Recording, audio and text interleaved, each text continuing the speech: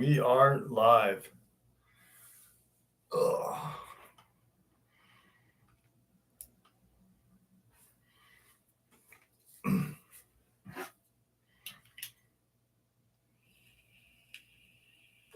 Two people, 3 likes. YouTube's beautiful algorithm.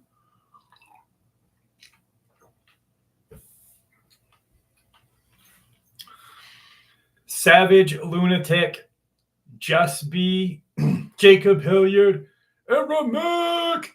What's up, Troy? How are you guys? Hydro, Wesley September, Harry Griffith. How are you, buddy? Jesse Good, Monkey Crap, Sniff It Out. Send her my way, Jacob. Send me an email tonight. When I get it, I'll respond to you. We'll figure out a way. Maybe tomorrow night I'll do an interview with you. What's up, AG? Monica Bruce, how are you? Mega, how are you? Salve. The Cuse. Motorboat DL, what's going on? Frank Morris, how are you? Claire Harris.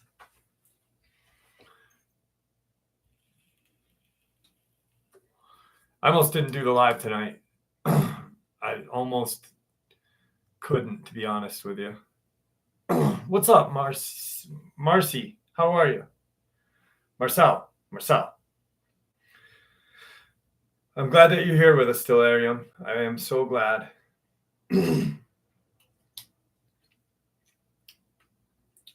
I don't know. Overwhelmed, I guess.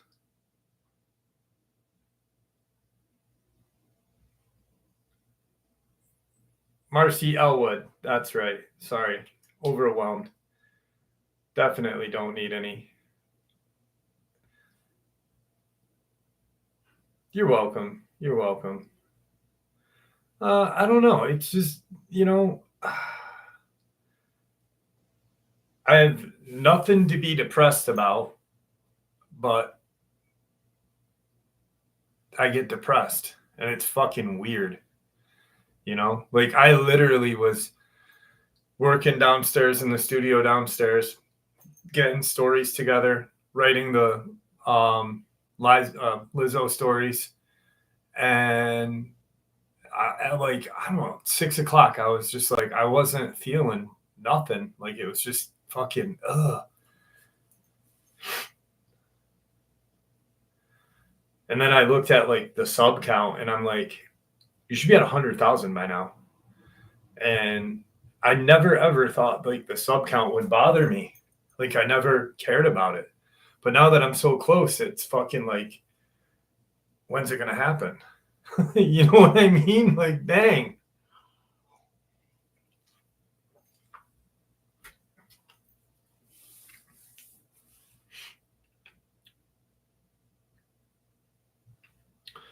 Yeah, it's actually Protect the Parks, Red Hot Chili Peppers,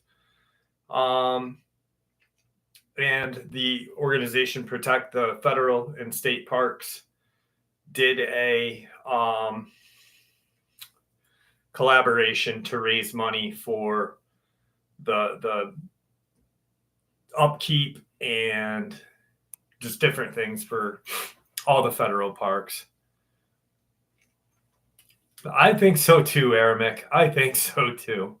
I never wanted to, but I do think so.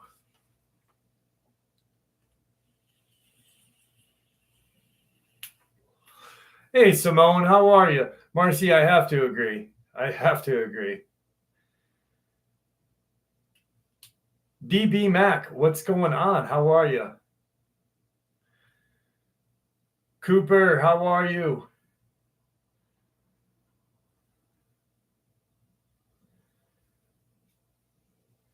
Second live stream, I responded to your response to my email. Not sure if you saw it. It should be monkey crap. And I honestly, my brain is not working, Cooper, tonight, so you'll have to forgive me. It's just like, I don't know. I'm in like a fucking haze right now. But I got my Coke, but I got some Cooper's Cave gourmet soda.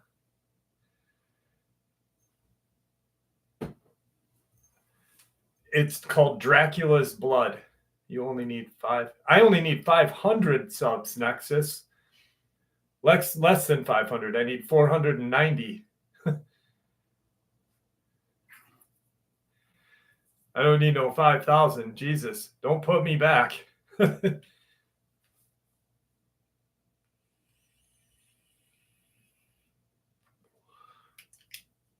Oh, thank you, MJ. Dude, it's good. It's called Dracula's Blood, and it's cherry or strawberry soda. Ehrenberg, thank you, brother. Truly appreciate you. It is so good. Holy shit. Dracula's Blood. No, you're good, Nexus. Eremic, thank you so much, my dear friend. I honestly don't know how they work, monkey crap.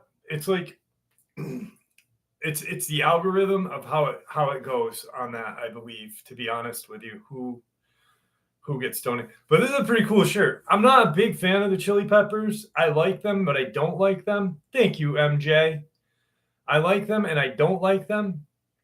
I don't like them because my favorite singer, Mike Patton, hates them.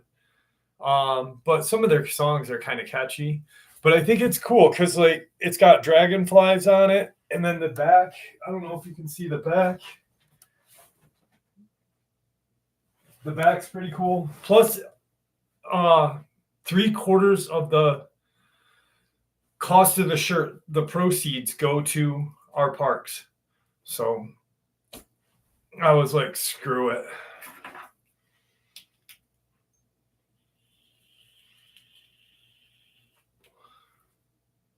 This shirt's not from the California. This is a brand new thing for the Protect the Parks.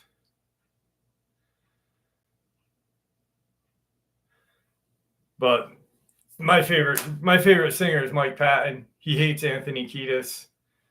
And so I kind of like, I was like, I'm like, it's pretty cool. It's pretty cool that they put their name to help something. So we'll start this experience this night off with something really cool. I got a really good one. Red Hot Chili Pepper, follow my bowel movements. I think they follow everybody's bowel movements. All right, so this experience, the person that had it, they found a picture on the internet of what they basically, because I love you, we're in your territory, I mean you no harm. No shit. Yeah, Flea's kind of a weird dude, though. I'm not a big fan of, I really am not like a big fan of Flea. Because he's like this, I'm a hippie guy. I'm so peaceful and loving. But then like he almost like killed the fucking sound guy one time. Like screaming at him. Edith, how are you? Dammy, how are you? Andy Davis, Donna Harmon. All right, so this guy had this experience that this guy had. He found a picture that basically resembled what he saw. So, and this is basically the creature that he saw. It's not exactly what it is, but it's something that he found online. So just so you guys can get a picture in your head. And I also do not speak French very well, so bear with me. I want to share with you an encounter that I had in September of 2012 in the French woods in the neighborhood of Beige en Ajou.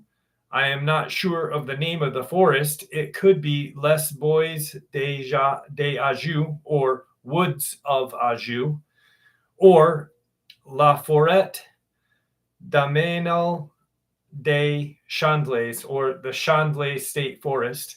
Anyway, I am still haunted by this very creepy encounter. I just can't accept being unable to know what was the scary creature. So I was 20 years old, and I was in an old small truck with an older friend, 55, who was the driver. I was sitting on the passenger side, right of the truck. Truck is very old, and I remember you couldn't go faster than 40 kilometers per hour. We were driving since Le Havre in Normandy, and we took only a small road in order to stop anywhere we wanted to visit an old church or an abandoned house, gentleman fortification, etc., or German fortification, etc. We were expecting to arrive at our destination, a troglodyte house that belongs to a friend of mine, around 3 a.m, but we were late, and it was 3 a.m. We enter a huge dark forest at night. We were driving slowly in the woods on a small straight road. The old lights of the truck were some kind of blinking yellow. At a point, I saw a very black humanoid outline on the left side of the road. It was a very clear outline because it was in the light of our truck. Otherwise, I wouldn't have even seen it. The creature was on 2 legs as bipedal, no tail. At first, I couldn't see any arms. As we were slowly approaching the creature, I saw it turning its head in our direction. We were pretty silent in the truck, saying no words to each other, my friend just driving, and I'm wondering if I'm hallucinating. We slowly drive in its direction, and it started to cross the road as it was staring at us. It had large yellow eyes, like a howl. I have no idea what that means.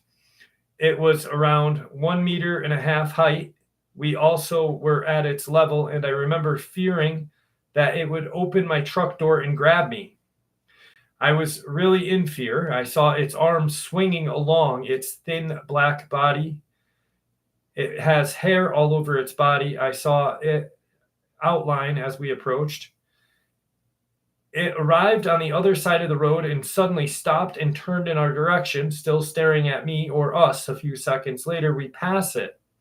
And I didn't move my head, just looking at it to the right rear view mirror, seeing that it was still staring at our truck, letting us drive away from it. My friend and I did not say a word. And half an hour later, we drive out of the dark woods, and I said something like, "Well, weird things in the woods, right?" And my friend was suddenly extremely nervous, saying, Yeah, did you see that? What the F was that? We talked about it, and he saw the same thing that as I did. He thought he was hallucinating because we were both very tired. But no, we saw the same thing in the woods. Today he is 60 and I am 30s, and we are still both haunted by this thing. We talk about it every time we meet each other and see each other. He is particularly marked by the intelligence in its large yellow eyes. I know this could be explained, but to be honest, I am an urbexer since 2004. I visit the catacombs of Paris every couple of months. I saw some weird things during my exploration, but I never feared anything. But this thing, it scares me, really. Anyway, one day I found a picture on the internet. Sadly, I did not find the artist, and there is no context, but it looks a lot like what I saw, except for the eyes. The creature I saw had large, yellow, round eyes. Once again, sorry, English is not my first language. And once again, there is the picture that basically resembles what they saw.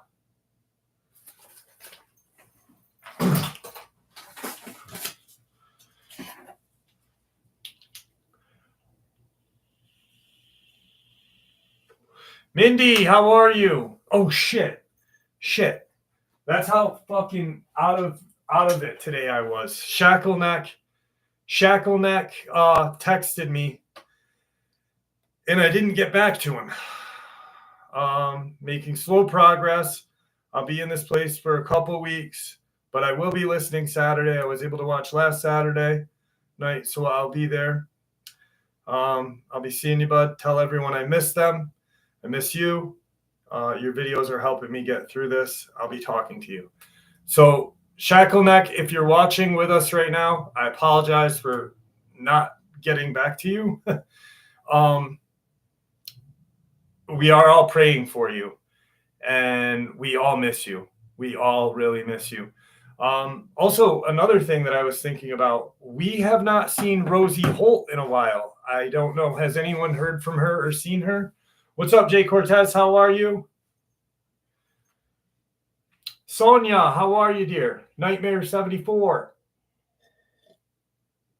Rose Holt. Rose Holt, Ermic. I call her Rosie.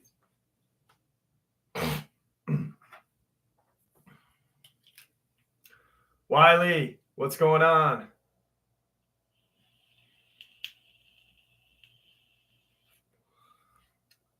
It's the eye of Horus that's on my neck. Jim Baker, how are you, buddy?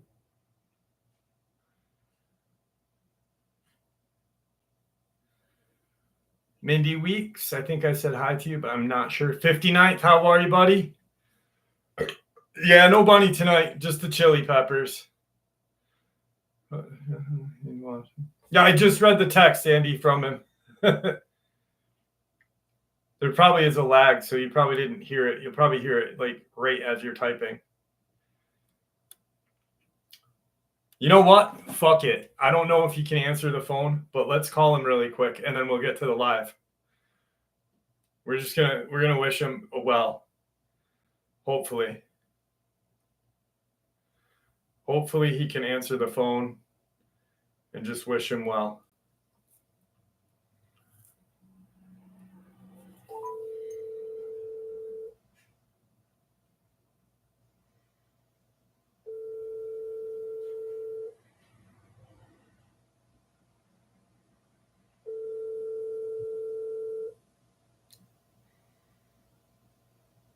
He probably can't answer.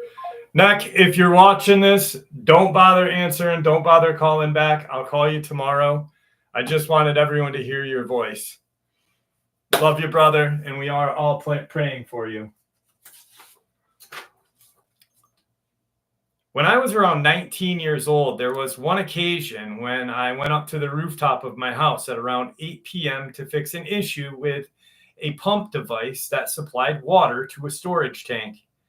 As I reached the roof and leaned forward, I looked up, and just a few steps away from me, there was a creature with its back turned to me.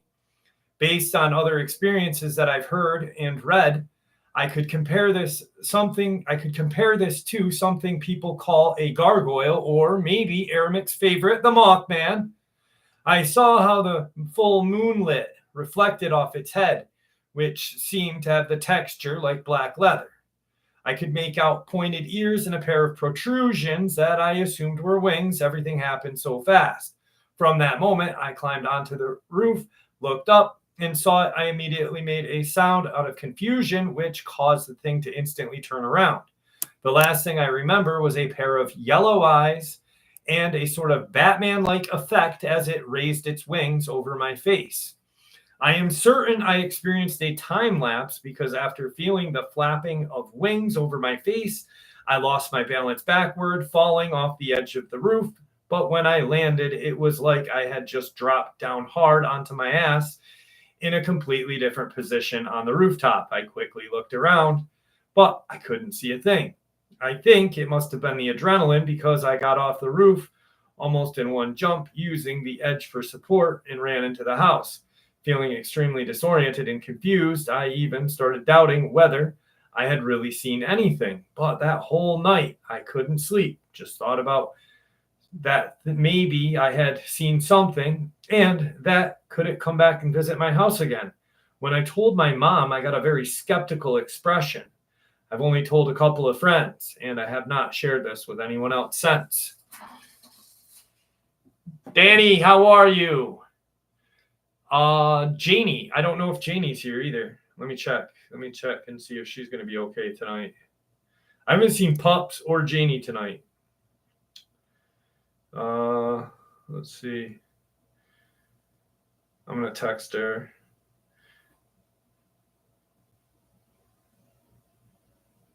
Janie!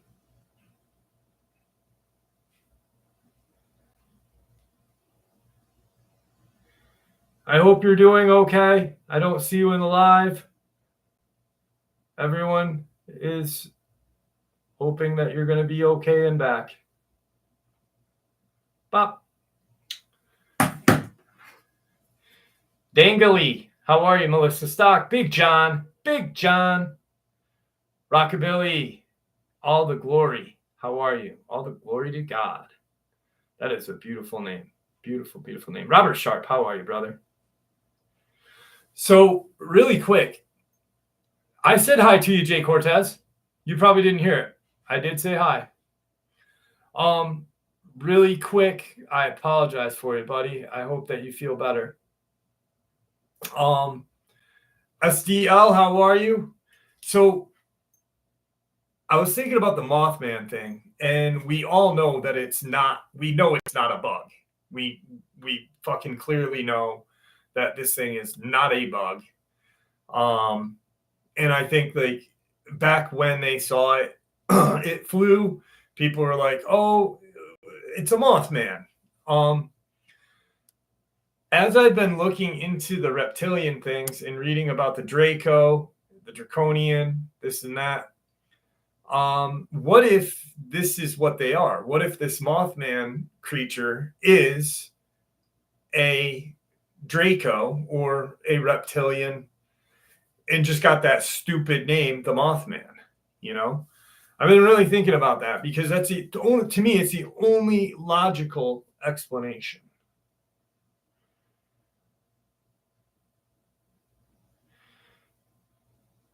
You need love.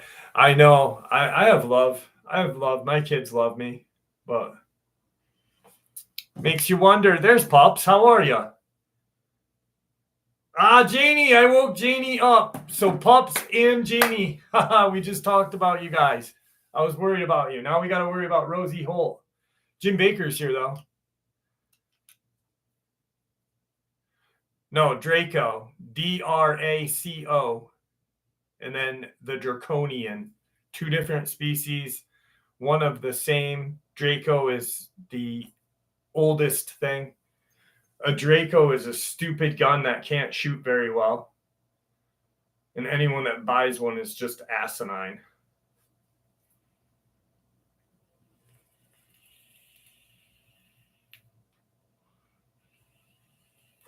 No, I got the Coke. I got my Coke here.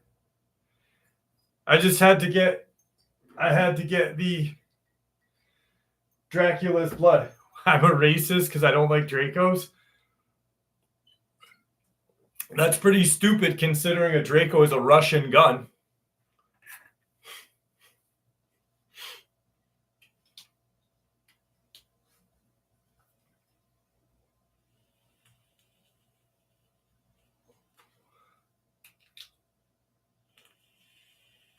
Oh shit, it does look like a Mad Dog 2020 bottle. That's crazy.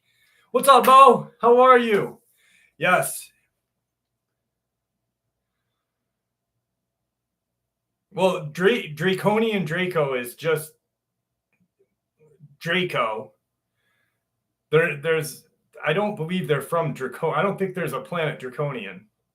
I think that's like the era or whatever.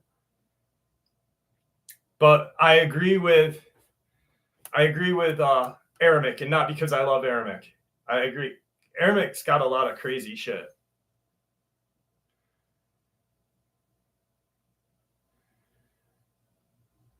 Apex Agile, we know. We already talking about that. But Draco is a reptilian alien creature as well. Probably before that stupid little gun that came out. Yes.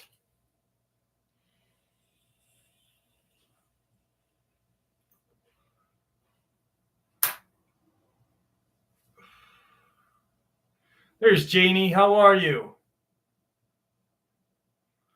Thomas Brewer, how are you? Tompkins went missing. My friend has seen a flying cryptid. Yeah, it's definitely not an insect. It's just a dumb name. That Christopher Tompkins case, that's like 23 years old. It's still so fucking bizarre.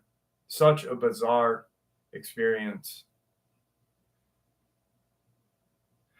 If I didn't respond, monkey crap, that means I didn't get it. And I've said it like 100 times every video, every upload too.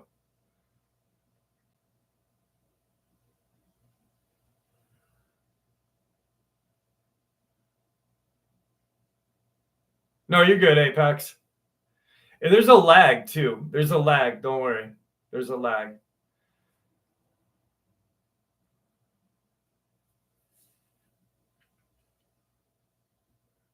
I did not get your email. Did you email me today? Because I haven't gotten any recent emails from you, Andy Davis.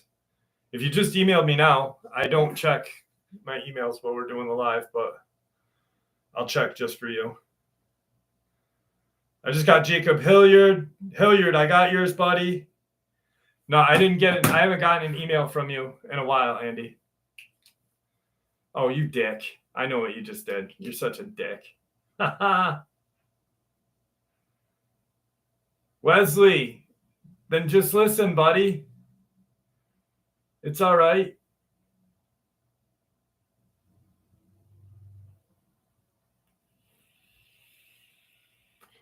You know it. You know it.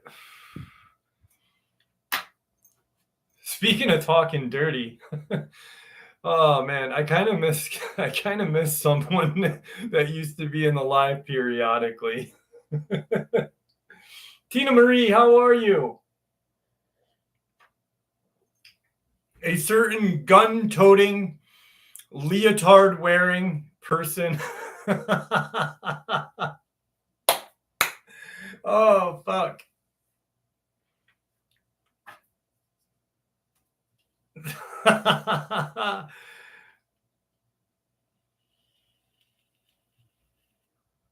I cannot drink Pepsi. Pepsi is filth water to me. No, not Libra. No, not Libra. Okay, it's a male gun-toting, leotard-wearing. A lot of people didn't like the person. I was amused by them. I liked them. They were kind of amusing.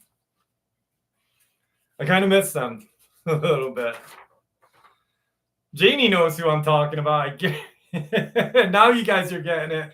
Oh, Delirium. You weren't supposed to say the name. God darn it. Oh, man.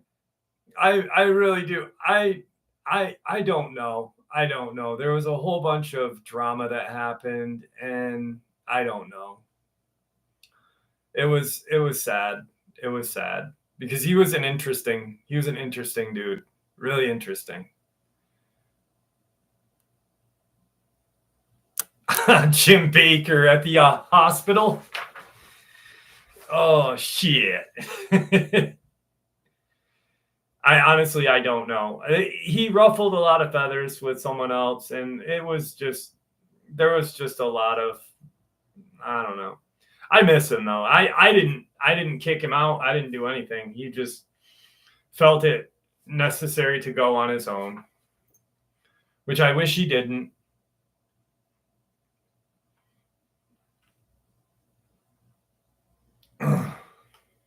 It is what it is. It is what it is. Exactly is.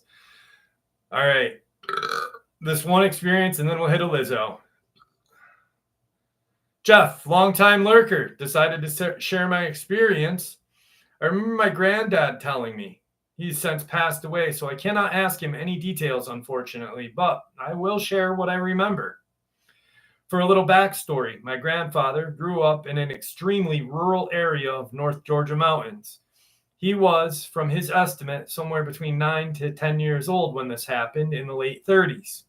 It happened on his family farm. Now, he was a very religious man, but when he told me this, it was like he couldn't help but feel it was something supernatural. At this time in his area, they didn't have any electricity or indoor plumbing.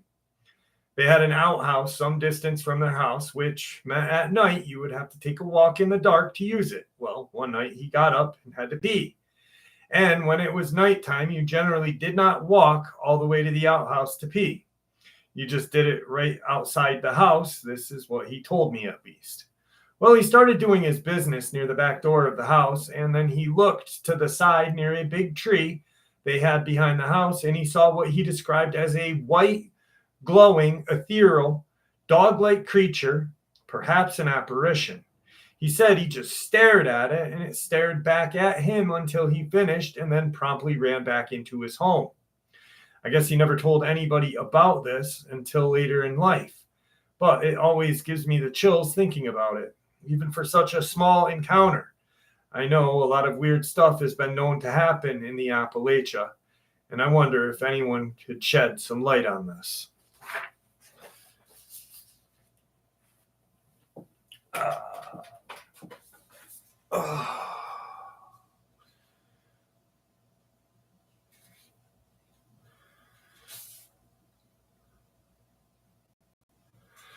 All right, here we go.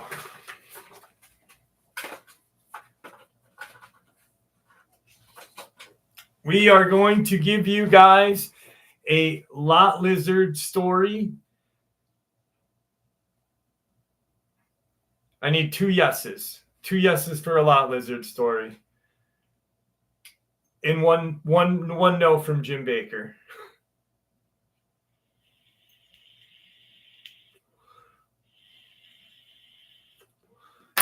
Jim Baker always gives the no. You can always count on a no from Jim Baker.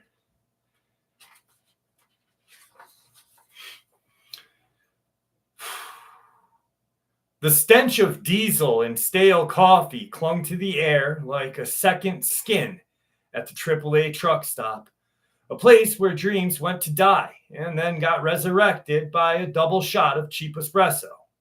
Presiding over this kingdom of chrome and cracked asphalt was Lizo, queen of the lot lizards. Not just a queen, but the queen.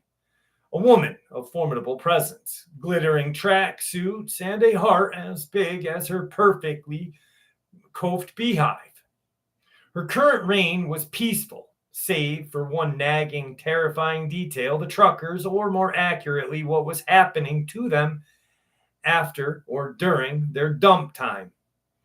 In the last month, 3 big rigs had been found abandoned. The drivers gone, their clothes, their wallets, even their half-eaten beef jerky all accounted for. But the men themselves vanished.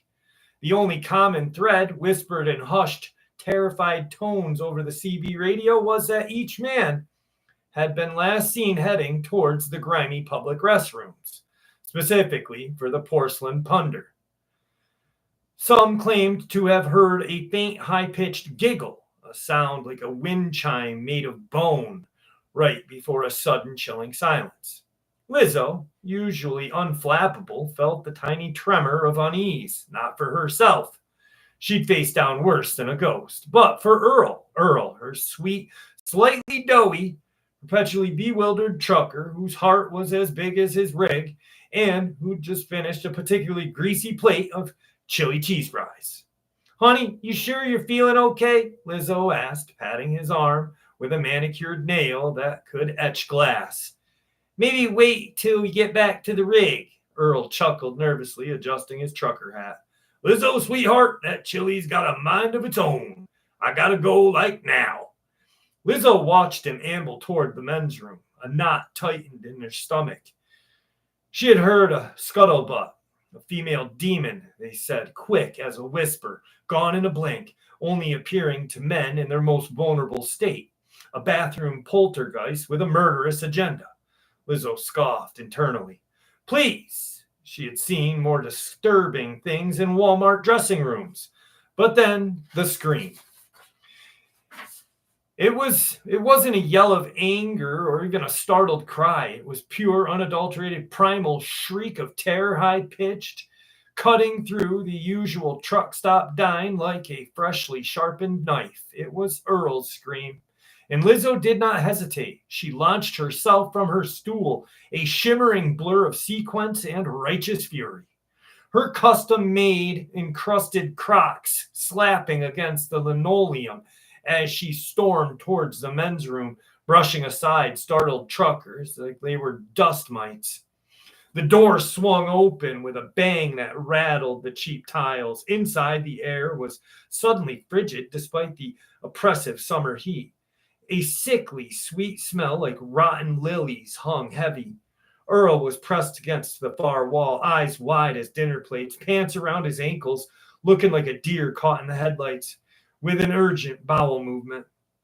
And here, hovering just inches from his face, was a translucent, wispy figure. She was vaguely feminine, her form shifting like smoke, but her eyes, were twin points of glowing, malevolent red. A faint, horrid smile stretched across her mouth, revealing teeth that seemed too sharp and too numerous. She recoiled slightly, startled by Lizo's sudden entrance, but quickly regained her composure. Her gaze flickered back to Earl's terrified face. "Get your ghostly ass away from my man," Lizo roared, her voice echoing with the power of 1,000 gospel choirs. The demon let out a sound that was a cross between a hiss and an unsettling bone-chime giggle. She zipped with impossible speed, a blur of white attempting to get behind Lizo, but Lizo was no stranger to a sudden flank. She spun, her ample frame surprisingly agile, and met the demon head on. "You think you're fast, boo?" Lizo scoffed. "Honey, I've seen slower things trying to parallel park a double wide." The demon struck, a spectral claw raking across Lizo's sequenced sleeve. The cold emanated from a bone. The cold emanated from it. It was bone deep, a chill that threatened to stop her heart. Lizo grunted, her formidable biceps flexing. This wasn't some weak sauce phantom. This thing had power. "Earl, pull up your damn drawers," Lizo commanded. Mid-swing, Earl, still trembling, fumbled with his jeans. Lizo lunged, not with a punch, but with a full-body tackle.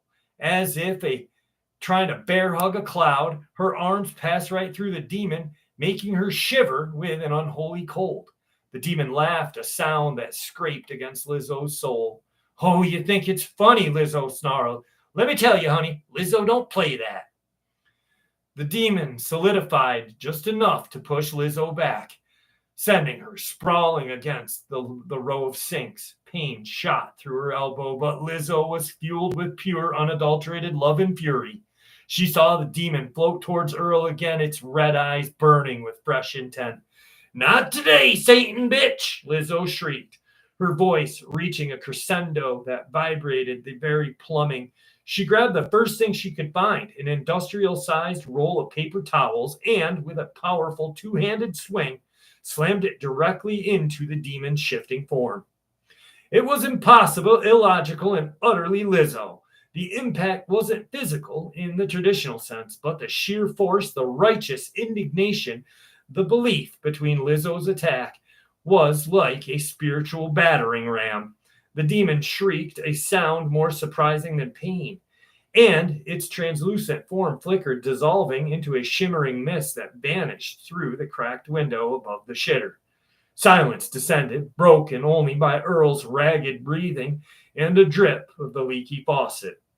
Lizo pushed herself up, dusting off her tracksuit. Her elbow throbbed, and her heart was hammering, but her gaze was resolute. Earl was staring at her, a mixture of awe and residential terror on his face. "My queen!" Finally, pulling up his pants.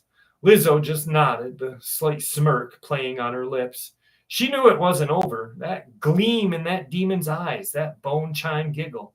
It wasn't defeated, just dislodged. The war for AAA Truck Stop Collective intestinal fortitude had just begun. And Lizo was ready for round two, with or without a fresh roll of toilet paper.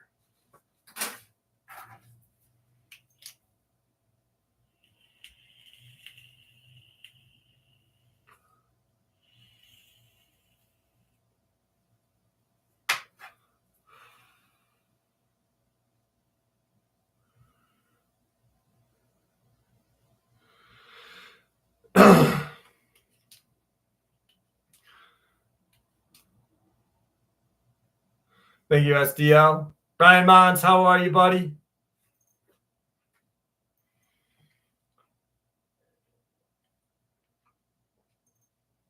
Aramik, that was filthy. That was so filthy. Do you think aliens or humans control crawlers? I don't think humans control much of anything when it comes to anything remotely involved with what's going on right now.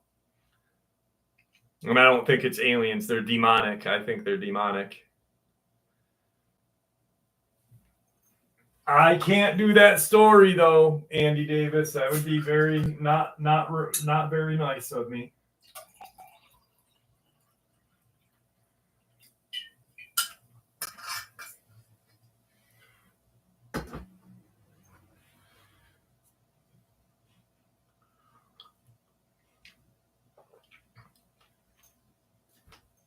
Andy, and congratulations for meeting somebody. I'm so proud of you and happy. Jeff, question: how long does it take to write a story like that? I sit down and I try to get all 3 done in 2 hours. So a couple of, like, maybe an hour sometimes.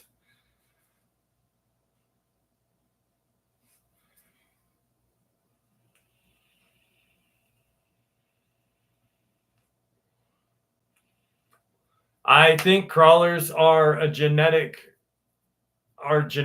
created by aliens.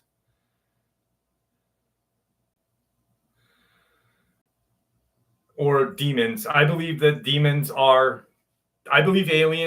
demons. I said it like 1,000 times. I really believe 100% that they are. And I think that what happened was during their genetic testing, they created a crawler. And I think that they realized, oh shit, look what we did. We have some sort of entity or creature that we can use as a pawn for us to do our bidding, that can be violent, that can be dangerous, and be easily controlled and manipulated by the Luciferian agenda. I think it's all real. I think there's a big connection, and like I said in an upload that I did, I'm gonna at 100,000. I'll always do Dogman. I'll always talk about Dogman, but I kind of want to open the channel more to a broad subject because it is all connected. I believe Dogman, Bigfoot, aliens, demons, everything has a connection. Shadow people, orbs, it's all connected. And like I say in uploads, the Pentagon or Skinwalker at the Pentagon, there is no better proof than it being connected than this. And I said this to someone that I was talking to the other day, like randomly just having a conversation with. We were talking about some mystical stuff. And I had said something like, okay, well, because, I was like, well, it's all connected. And they're like, how do you figure? And I'm like, if Jonathan Axelrod, a naval intelligence officer, was looking into the Nimitz Tic Tac, I said, and after that, him and 4 other intelligence officers went to Skinwalker Ranch, NIDS. I'm like, why would they go to NIDS? Why would they go to Skinwalker Ranch and not the Pentagon or not anywhere else? But they went there. I'm like, because there is something compelling there. The government has some sort of base there. I believe there is a base there. And then after the fact, there had been no paranormal, no cryptid sightings in Axelrod's family's life. He gets home from Skinwalker Ranch, and all of a sudden, family members are seeing orbs. Family members are hearing loud walking, seeing shadow humans. The wife and 2 children saw dogmen. And this is all like documented in years ago and had to go through the DOD. So I definitely believe that the connection is real 100%.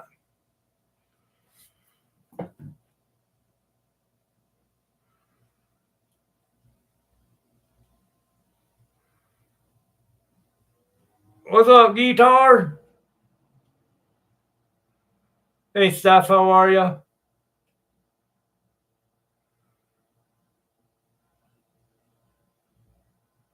Yeah, where is Zilla?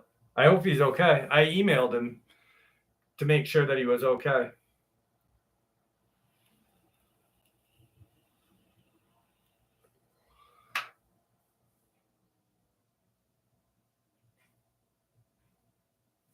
I hope so. I hope so, Mikey. Ugh.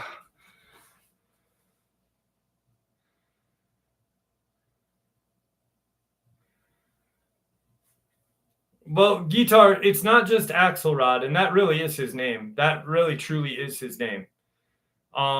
There's 4 other naval intelligence. Like, you can actually look into his military career. It is real. He is 100% a real person.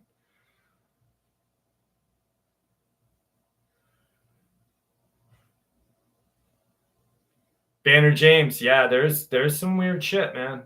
There's some weird shit.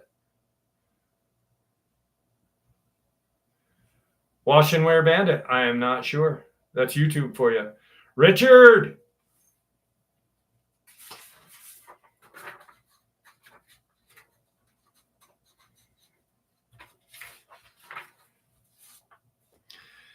I'm sorry for my English. It's not my native language, and I am trembling right now as I type this. From when I was little, I've started to see what seems like a white creature with yellow eyes. I could see this thing when I was at my grandma's house. In my city, when it was night and I was taking a walk, or even in my corridor at home for a few seconds out of the corner of my eye. This thing is tall and it is always smiling. It appears even in my sleep paralysis, nightmare, lucid dreams, and even what I call peaceful dreams. When I was little, I was staying at my grandma's house every summer, and at the age of 4 and 5, I started seeing things, but not something wow, just little shaped glowing, and then they randomly disappeared, and I could hear voices like they were in a place with an echo. I didn't give them too much attention, but then it appeared and freaked me out. It was night. I know it was past 12 o'clock, and I was in my grandma's room watching TV with her because I didn't have one in my room. There are 3 houses in the same yard, all ours. The fridge is in another house, so I went to grab some ice cream, but I froze just before I entered the house because I heard something breathe. My dogs were not there. They were with my grandmother, my other grandmother. I started crying instantly and looked to the right side to see what it was. It was staring at me with a large smile, showing me its teeth and yellow eyes. It was much taller than I. It did not harm me, but after seconds, it just walked into the backyard and I could not see it anymore. I forgot about the ice cream and ran back to the house. I told my parents, but they did not believe me. Go figure. I told my grandma that night too, and she just stared at me in shock and then told me to go to sleep. After the encounter, I started seeing it, but in real life, not for so many times as I see it in my dreams. If someone can tell me what this thing is or somehow encountered it too, let me know. Then there are growls where my grandma lives. There are rumors about ghosts, a witch, and something like a large black dog. I mentioned nobody will go out of their house after midnight because of the rumors. At the age of 13, I was at my grandma's house with my cousin playing Don't Get Angry, Brother, and he had a brilliant idea to go out into an empty street, and just because he was ready to show me the rumors were fake. Like a stupid kid I was, I went with him, and we took a walk. We were on the street for a while, but we were also tired, so we decided to go back. We're just laughing because we were both kind of scared. Obviously, fake rumors. Who are meant to keep kids inside, right? on our way back, we saw the dog. My cousin thought it was a wolf, but I started shaking because I sensed something bad. Wolves go in packs, right? That's what my teacher told us. So why is this one alone? We froze when it turned towards us. It was so huge. Its eyes were black. We stood there for a few minutes, but they seemed like hours. He was just staring at us, and we were staring back. I was ready to run if he moved towards us, and then it vanished. It did not walk in our direction, but just vanished while staring. But not like he was going and getting invisible, just darker, like he faded. We got back to my grandma and told her. Then she told us a story about my granddad. He encountered that dog as well, but he was in his car, and the dog just appeared out of nowhere and started running after him. But my grandma told us he said the dog was running awkwardly, kind of like a human, but yeah, he was on four legs. When Grandpa was near the house, the dog just vanished. My problem here is after I saw it, I started hearing random growls when there are no dogs near me, even in the house or at my boyfriend's house. I hear them 2 or 3 times a year, and if my boyfriend is around, he also hears them. Those growl sounds are like packs of big dogs who are growling at the same time. The sound is intense. Thank you for allowing me to share. And once again, I apologize for English not being my primary language. I thought they did a pretty good job. I got the gist of it. That reminded me of, there's that story about the two boys that were in, I want to say Mexico. And they lived like a block apart, same street, dirt road, block apart. So one house. And for some reason, after there was like myth of this Cadejo or black dog that would hunt people that were out after dark. And the little kid kind of missed, oh shit, it's dark, I gotta get home. He started to walk out of the house, his friend's house. The friend's mom and him walked him halfway to his house, and then they turned around and got to their porch. And as he's walking just a little closer, this dog appears out of nowhere, huge wolf-like creature, jet black. And it is standing between him and his house, and he is staring directly at this door, at his door, just like, I can't beat this creature to my house. His mom opens the door, and the creature turns its head for a split second to look at her. And I believe he runs back to his friend's house. The dog chases after him. He gets to the friend's house and shuts the door. Both mom and his friend's mom are all safe in their houses, but he's now stuck at his friend's house. His dad comes and pulls in their driveway. He comes home from work and gets out of the car and sees the dog on the road, goes in the house, and the wife tells him, hey, the kid is at the friend's house, but that huge dog. And he's like, I just saw the dog. So he goes out and goes to get in his car to get his kid, and the dog's gone. So he walks to the house, gets the kid. But periodically they would see this thing, and it would fuck with the neighborhood until one day it just vanished.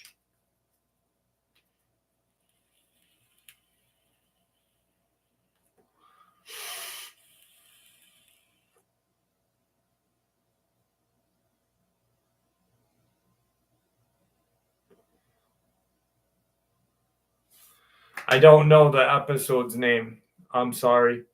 Look for twin. If you type in wash and wear, if you type in my name in the search bar of YouTube and then twin, it'll pop up. Glowing eyes. I don't believe there were glowing eyes on the creature. Maybe there was, but I'm just going off the top of my head. It was a story that I had heard long ago. I think I shared it here long ago. What's up, E? What's up, Pity? How are you?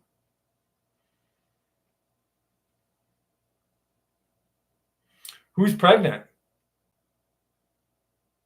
Kathy. Aw, congratulations to your daughter.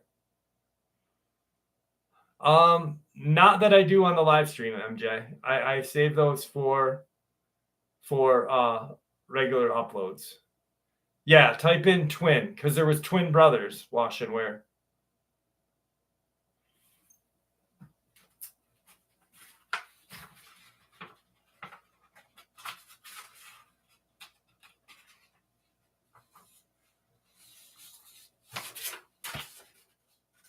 Yeah, monkey crap. Yep. Difference between Priest and Woody from Toy Story. Woody goes limp. Oh my god. I used to hate bringing up old paranormal encounters I had when I was a kid. I was known as a brave, stoic, and rational one. But obviously, being a kid, I was a complete opposite. I was a teenager when this happened, 14 to be exact. I was very skeptical and hated these topics, but I'm dragging on, so I'll start sharing about what actually happened. I used to have a bunch of paranormal encounters when I was younger. Nothing crazy, a shadow here, things moving there. So I wasn't new to this. But one night, one I definitely shouldn't or couldn't shake was when I was getting ready for bed. I used to sleep on a bunk bed with my brother being on the bottom bunk.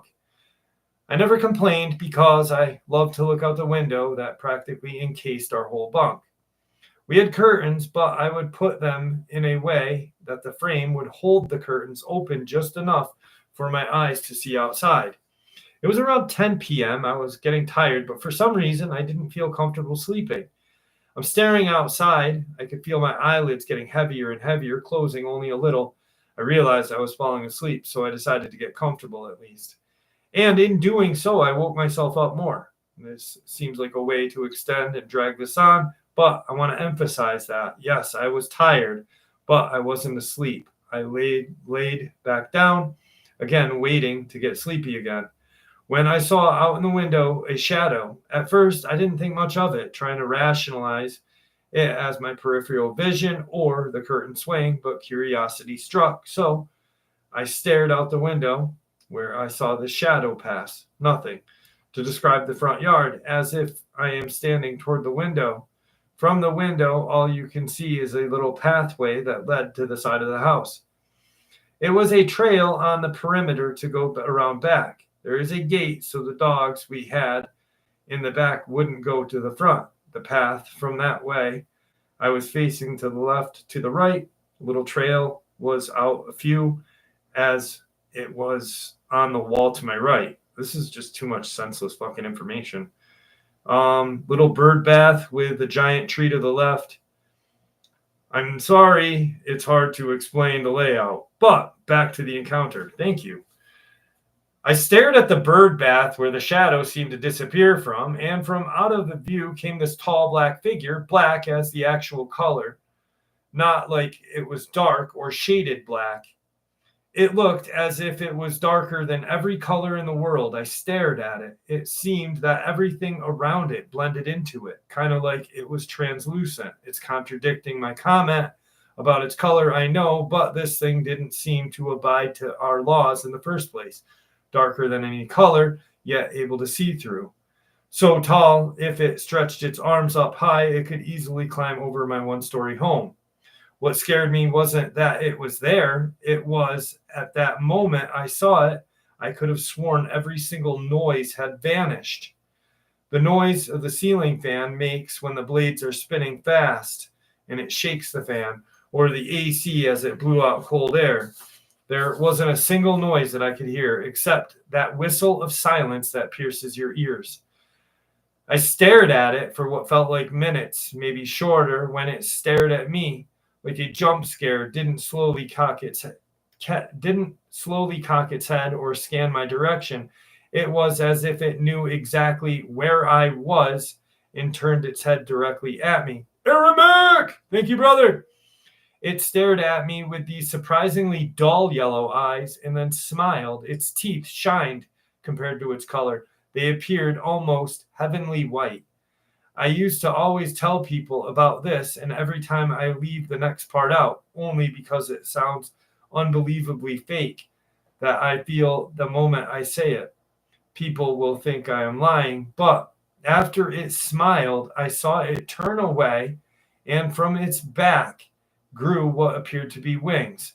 Not like movies where feathered wings appear when they remove their shirt or something. This thing used its own flesh and morphed its own back to make these things. No feathers, just straight flesh or leather. Now, it was how it was able to actually use them, I do not know, but I am not going to argue with the laws of science when I'm seeing something paranormal. But under the moonlight, I saw it jump and fly away. As it went further from my view, it appeared as a bird. I was too scared to move, too shocked to say anything, but the moment it left, my ears suddenly started to work. The fan, the AC, my brother snoring. I don't know how, but even after all of that, I fell asleep.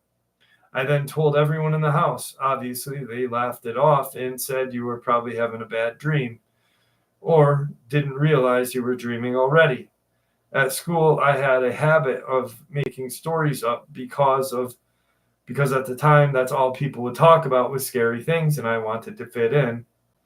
Anyway, I don't care if anyone doesn't believe me, and I know this did happen. Thank you. I think what he saw, definitely not a Mothman. I think what he saw was they didn't appear, I think how this creature was standing, so he's looking at it, he's laying on his side, it's dark. And I think they were probably like, we hear about gargoyles' wings being behind their backs, and then when they fly, they fold out. So that's probably what he saw,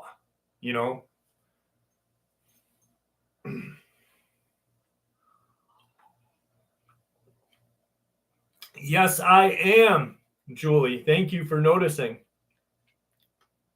Aramic, wonderful joke. Wonderful joke. Margie, how are you? Glastoki.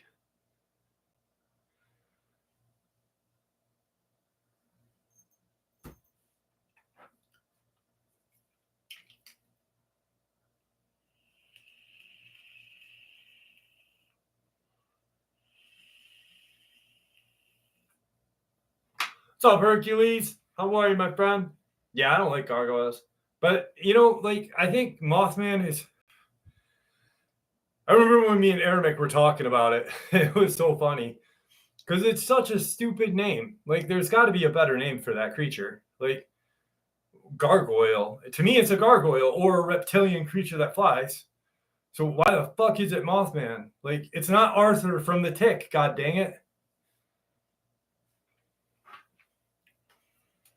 I'm glad you're here with us, Herc. I'm glad you're here with us.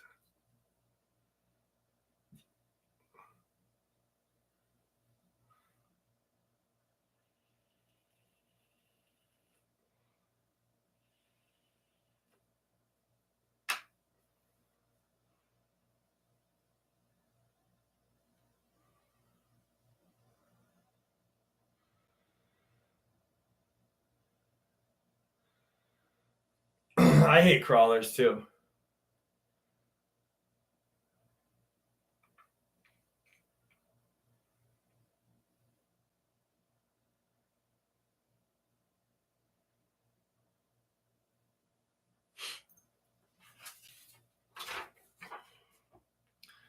I live on an acreage, and to get home, I have to drive down the main road past some farms, subdivisions, and other acreages. It was about a month and a half ago. I was driving home from work at midnight. In one of the ditches, when I was maybe 500 meters away, my high beams illuminated a wolf's head and eyes. It was moving slightly as though it were eating something or sniffing for something, but my lights didn't show me what. We have coyote out here where we live, and everyone has dogs, but the coyotes are too cowardly to be this close to the road, and few people let their dogs roam loose at night. Most importantly, it was far too big to be a coyote or a dog. It was even too big to be a wolf. It looked to be the size of a small bear. As I got closer, it stood to be about the height of a man, maybe even a little taller, and moved toward me.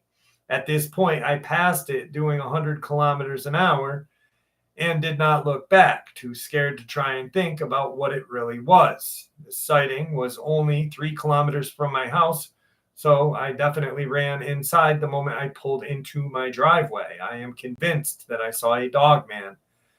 The location, middle of Alberta, in Strathcona County, which is east of Edmonton.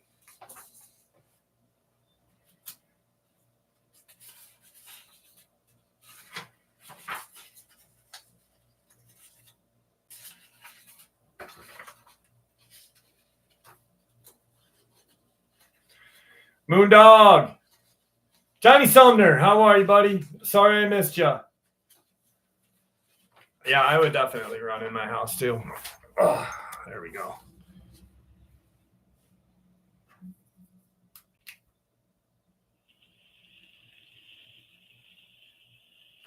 What's up, Jeb?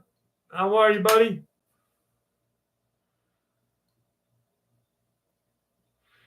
They will pop in later tonight. I guarantee you, SDL. I had to. Oh.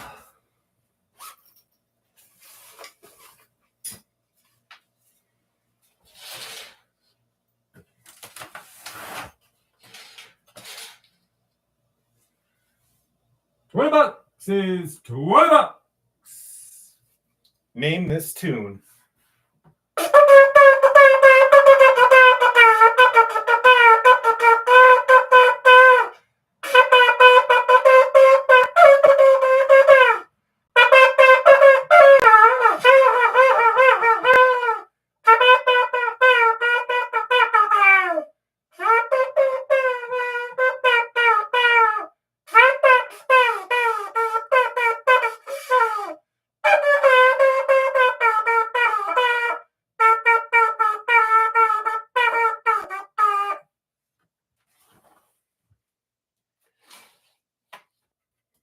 Anyone? I will give you a hint. It was done by a famous country rock guy from the late 60s, early 70s, or late 80s, or 70s, 80s. And then an amazing bass player in his band covered it too.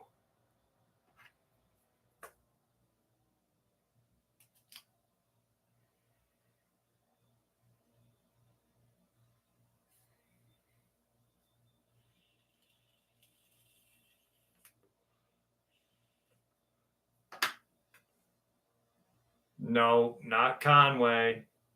Bass player, think rock band with bass player. Johnny rising up your fiddle and play it hard. Hell broke loose in Georgia and the devil deals it hard.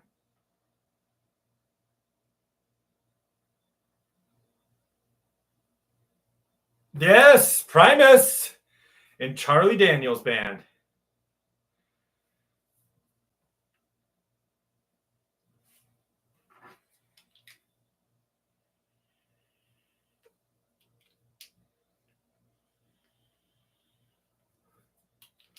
What's up, Sean McCabe? How are you? Samara Osborne.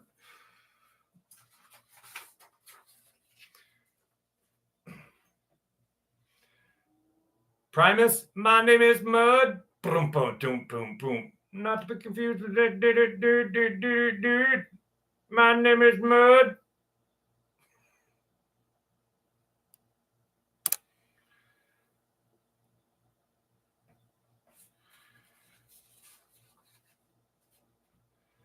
My favorite Charlie Daniels Band song is The Legend of Woolly Swamp.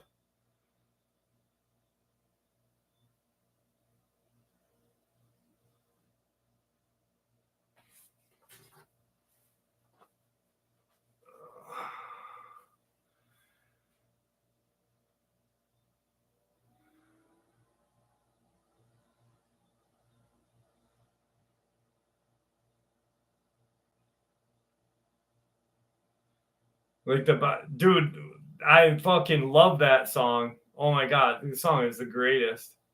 Two sperms swimming side by side. One says to the other, how far to the, oh God.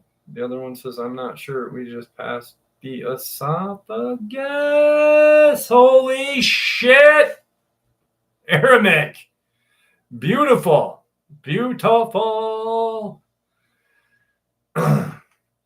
Little backstory. I am mentally well, moderately successful, young wife and mother in the deep south, on the edge of the coast, and have been in this beach town my whole life.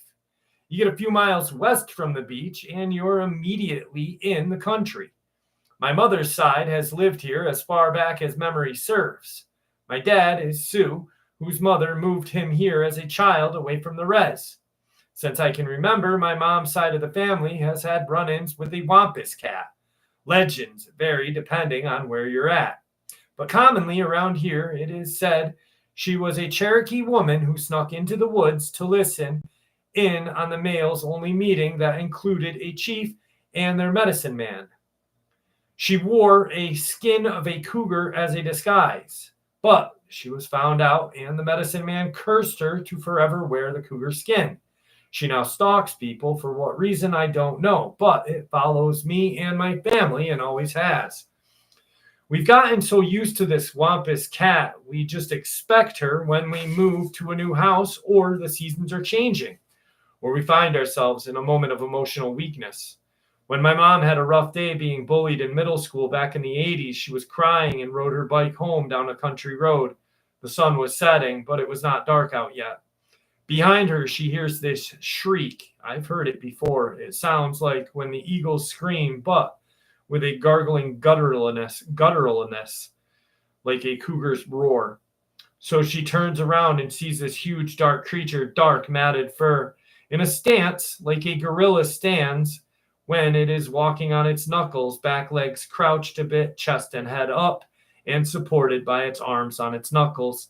She turns around and races on her bike all the way home.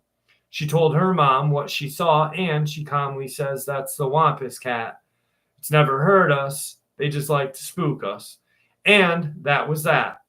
So I grew up with a native father, superstitious as hell and practically jumping under the bed to hide when they hear the Wampus cat scream in the backyard some nights. While mom and my grandmother just kind of acknowledge, oh, there's the cat again. And I have gone my whole life with this as completely normal. Even when I was married and my husband was out by the woods with me, we'd hear the scream, see the leaves on the forest floor kick up as it stalked through, never coming too close, and have to realize that to people who did not grow up in this town, this is a terrifying experience. To me, it's like when you occasionally see a cardinal in a tree. A bit different than day to day, but nothing life-changing. My closest encounter was one night in high school. A friend and I and her boyfriend were sitting on the front porch enjoying a nighttime salt air and the lightning bugs. A huge, gorilla-sized, extremely hairy creature runs up to the front porch, screams like hell opened up. Now, I'm semi-used to this critter, but I don't want it 5 feet from me. We go to her bedroom, and for about an hour, we hear it stalking back and forth under her window. About 10 feet down, coastal towns have raised houses on stilts. In case of hurricanes, growling, spitting, screaming, rolling around in the foliage, just being pesky and grumpy. Finally, it wanders off, all is quiet, and we fall asleep. Once in a while, I'll still hear it. It's just life here. This town is extremely haunted. I've grown up a few miles from Fort Fisher battleground and many historical tragic places. I have too many unreal natural occasions with all sorts of things. Thanks for letting me share.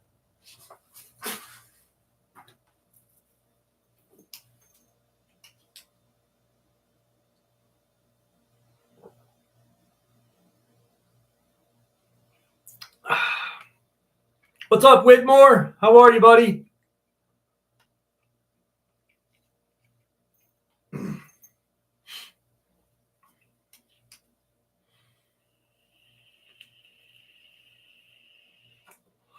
There was I don't know, Craigers. I don't know if I know some of you guys will remember this.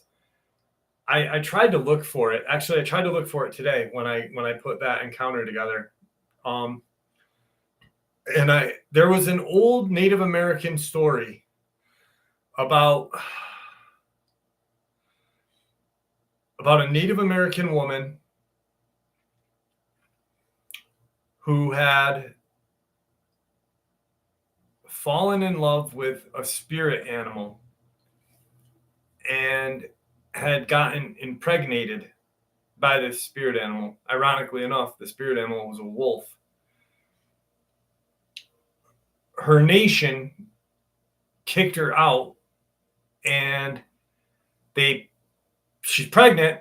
They put her in a canoe, and they paddled to this island that was like in the middle of this lake or river, I don't remember which, and dropped her off there and paddled back because she was pregnant by her spirit animal, a wolf, supposedly. It's old Native lore. She gives birth, and what she gives birth to are two supposed bipedal wolf, half human creatures. On the way, they decide as they're growing up on the island, she dies, and they swim or try to swim across the river. And supposedly, they both die as well. And then this Native American tribe or nation is haunted by these two dog-like creatures. There's an old legend that I heard a long time ago. I tried to look for it. It was in an old book that I had read a long time ago, and I couldn't remember the book, but I tried to look for it and just to share it with you, because it was along that lines, you know.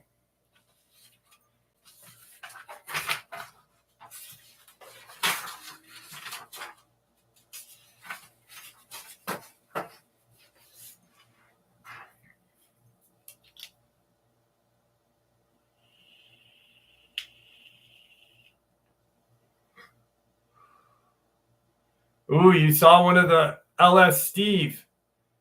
You saw one of the predator-like creatures. Those things are terrifying. What's up, Paul?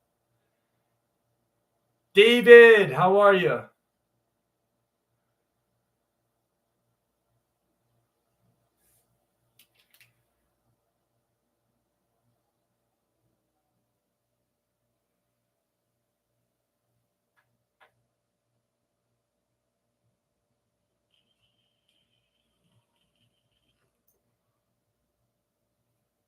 No, not the La Rona. No, not La Rona. She cried.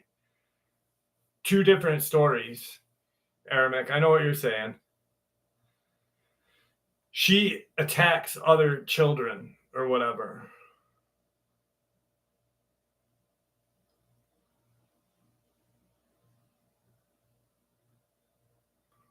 I gotta find the story.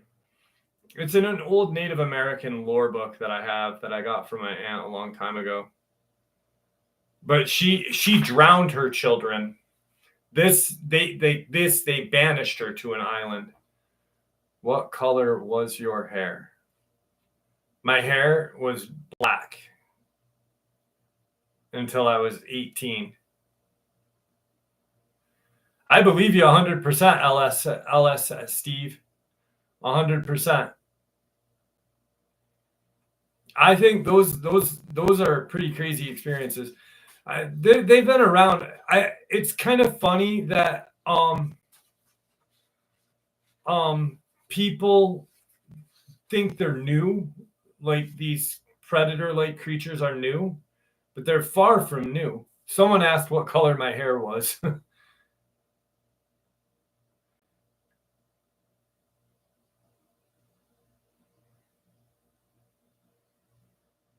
Andy Davis, I hope you come back on, but just not on my foot or something, okay?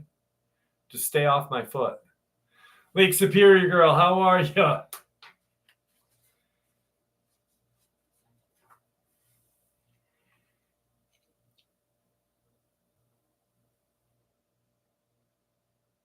Afternoon, ladies.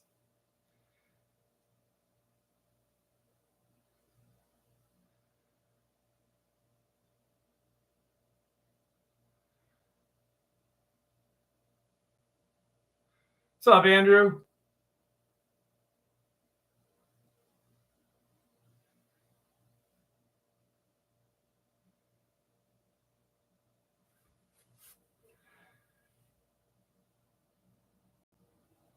Glimmerman, yeah, they are Glimmerman, yeah.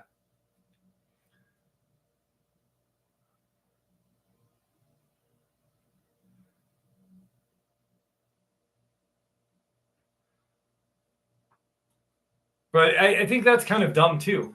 You know, like I think adding man to everything because it's bipedal, like just like us, like humans trying to create like caveman and Neanderthal to look like us. You know, like it's just kind of weird. I don't know. It got my big toe. It got my big toe.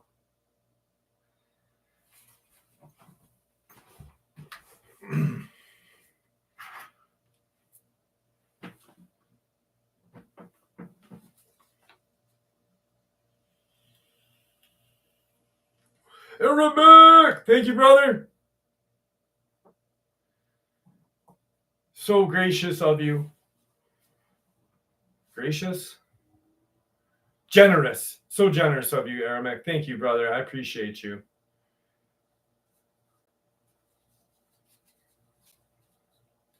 Black-eyed kid story. Black-eyed kid story. No, the Glimmer Man or the predator-like creature is not a Bigfoot. It's definitely something different. Definitely fucking totally different. I believe, once again, I think could be alien related, could be some sort of genetic experiment gone wrong.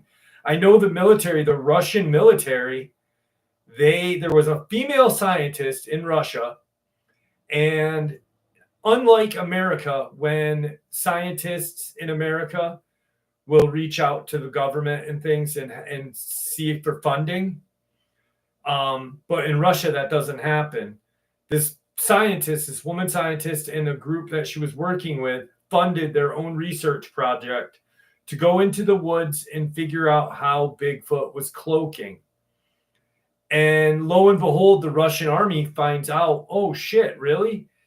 And they put themselves in that experiment, into that investigation, in hopes of finding what really, why they can cloak to use as a weapon. It was like in the 80s.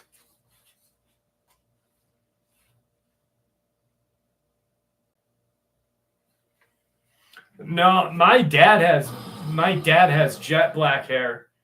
My dad has jet black hair and Lake Superior girl. Thank you. Dad had jet black hair. Mom has brown hair. Grandpa had black hair. Other grandpa had dark hair. All my family is like fucking all have. I'm the only person with gray hair practically in my family. It's weird. Godzilla, soft disclosure for a Draco. No, I don't think so. I think a soft disclosure, more or less, Godzilla is like a warning, I would say. Don't fuck with nature and nuclear stuff. But like soft disclosure, Chud or descent for crawlers. V is a soft disclosure for the Draco. V is definitely a soft disclosure. John Sumner, I didn't think you cared like that. All right, Black-eyed kid story. This is one of the creepiest experiences I've ever had, and trust me, I've had a few. I thought I'd share this experience. It happened back in 2017, the summer of. My girlfriend and I were driving up from Evanston, Illinois to spend the weekend at her parents' lakefront cottage in Petoskey, Michigan, a popular destination for summer retreats. This drive, I shared this one like 3 weeks ago. This drive was around 6 hours long and involved taking a highway north through the western half of Michigan. A lot of the path goes through fairly remote areas. Eventually, we found we had been driving on the same single lane highway road through some dense woods for what seemed like 45 minutes. I recall our navigation showing that we were somewhere in the Huron-Manistee National Forest. Also, when I say dense, I mean the tree canopy formed an almost tunnel around the fairly narrow road, which made it seem significantly darker than it actually was outside. Luckily, summer days in Michigan are long. We still had a couple hours of daylight left. Now we are driving. I noticed some older dilapidated construction in the woods to the right. It looked like remains of old sheds and storage buildings. This is a good time to mention that I am a bit of a treasure hunter. I collect historical relics like old coins, and these ruins seemed like a great place to dig up some artifacts. Also, this stretch of road is deserted, so it was unlikely others had explored this place. Luckily, I had my metal detector with me in the car, as I planned to use it on the beach. I also had one of those children's shovels made out of neon plastic with a wooden handle for digging in the sand. Although it's not ideal for soil, it'll do. I told my girlfriend I wanted to stop for a bit and pull over to the shoulder. She said okay, but she was going to stay back in the car and take a nap. The nearest ruins were small, but not too far from the road itself. I figured the current highway must have originally been in the backwoods road, and the inhabitants could have used back in the day. However, I noticed a large structure deeper into the woods and decided to check it out, as larger structures could have people in them, could have been people's homes, and have a higher chance of yielding a cool find. I make my way over and I see it's made of brick. The window holes were still clearly defined with dirty broken glass around the edges. I looked through one of them. I could see the building, though half collapsed, had a floor that looked somewhat intact. Back toward the road, my car is just barely visible. Since it was dark around the ruins, I recall leaving my shovel outside as I didn't need it for the hardwood floor. And I used my free hand to hold my phone as a flashlight to help spot anything shiny. I snooped around the corner and started sweeping with the metal detector within the building walls. The roof was collapsed. For half an hour or so, I start hearing movement around me, like crunching of twigs and brush. I dismissed it as small animals at first, but I kept hearing it, almost as if something was fouling my movements around the building. At this point, the hairs on the back of my neck stand up. I got the feeling like I was being watched, like some animal was stalking me. I decided to turn back. I started hollering and making loud noise in hope of scaring whatever was off, and cautiously made my way over to where I left my shovel. It was gone, and I am certain I couldn't have misplaced it because it was neon orange. And I had left it in the middle of a pretty open area, so there is no way I would have not seen it. At this point, I'm spooked enough to say fuck it and run back to the car. Hopping back into the driver's seat, I could see my girlfriend was awake and her eyes wide. She told me just a few minutes ago while I was gone, she saw a child emerge from the forest and just look at her from several feet down to the edge of the road. She described it as a boy maybe 8 years old with dirty face and ragged clothes. She told me she was worried about the boy could have been lost or left behind, but the way he looked made her feel uneasy. Said he didn't look afraid or curious, but just looked at her with a gaze that seemed off for a lost child. She told me that she still wanted to notify the police, but was not comfortable leaving the car or calling out to the kid who by now had disappeared. I hadn't yet told her about my experience, but at this point, my heart is beating, and I just felt very uneasy.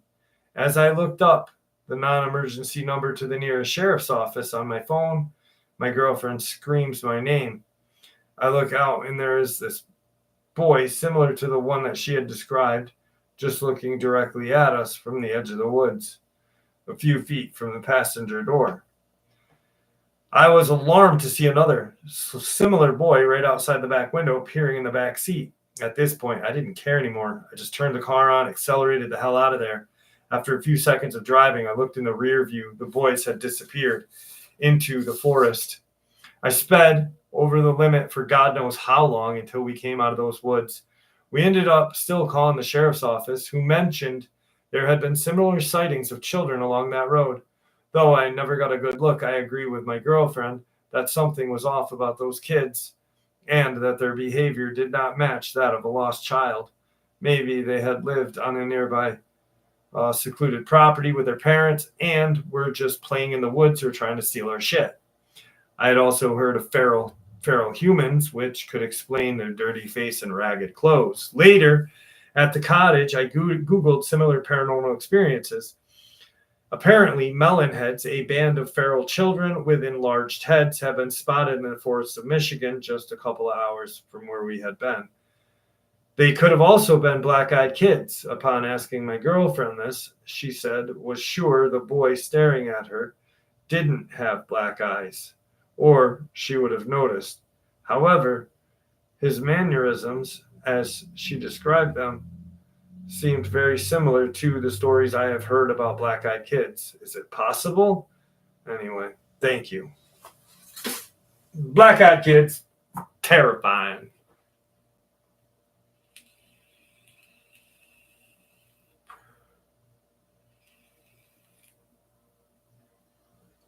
What's up, Eli? How are you, buddy?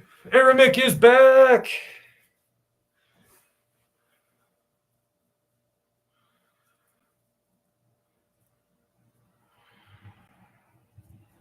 Melonheads. I don't believe they were children, though. I don't believe they were children. Mr. Haunted, thank you, my brother. Thank you. I got another story to send you. I will send it to you tomorrow. Gerbils have black eyes and squirrels. No, gerbils have brown eyes that usually hang out with Richard Gere's backside. Old Richard Gere. 400 and something away. 400 and something away. Richard Gere's like this. Get that thing in there, boy.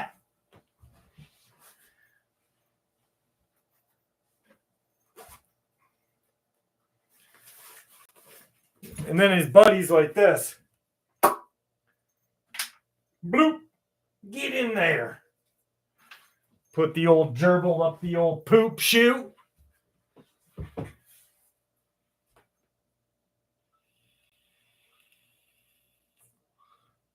Well, he's fucking stroking.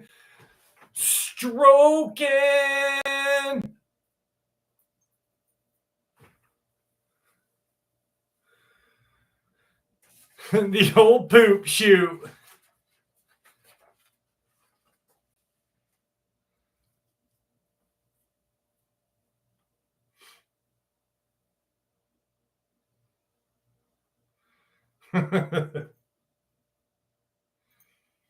Drink me some Dracula blood.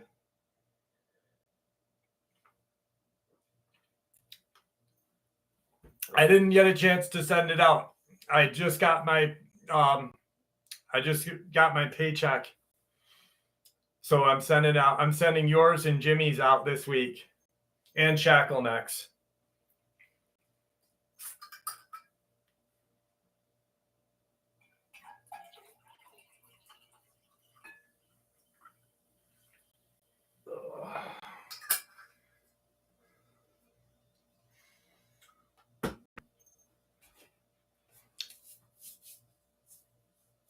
Zilla Truth Seeker, how are you?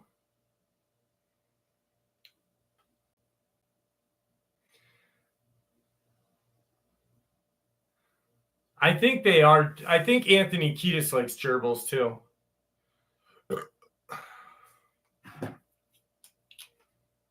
It is soda from So it's a company that makes ice cream, Cooper's Cave. It's a local establishment. They brew. They started out brewing beer, and then they went to soda as well. So they make homemade beer, homemade soda, and homemade soft ice cream. Cooper's Cave. So if you're ever in Glens Falls and you want to get a very fine beverage, try Cooper's Cave. Cooper's Cave.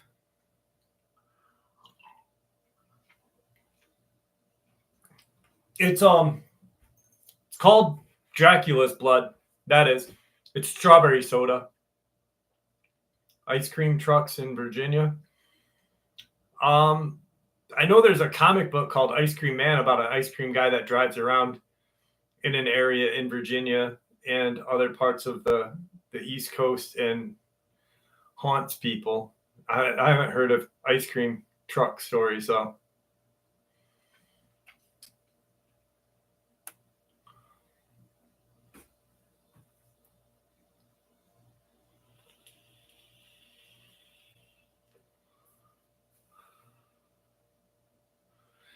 I honestly, I don't buy anything that's on TikTok, to be honest with you.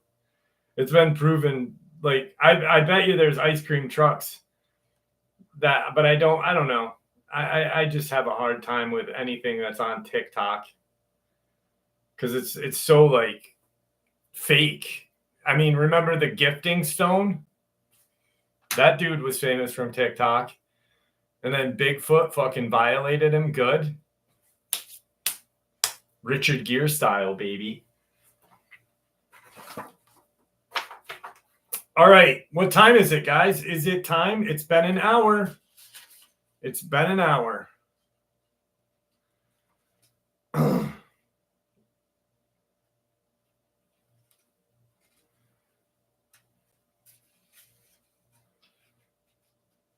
right. Lot Lizard story.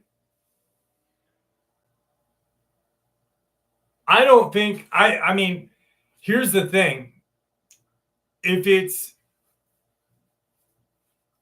it'd be so hard to do something like that in an ice cream truck because they're already looked at like fucking bad people anyway, just like white vans, you know what I mean? So like I would almost say it's like urban legend, but the kids disappearing is true. I think there's just a lot of sick people out there.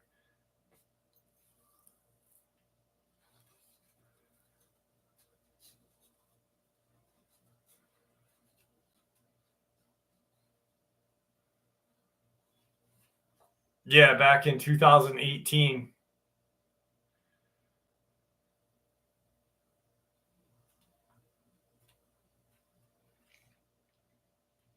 You know what that sounds like? You know, here's what that sounds like. I don't know if anybody's seen this. When Zilla, or not Zilla, when Moondog said they catching him on ring cam.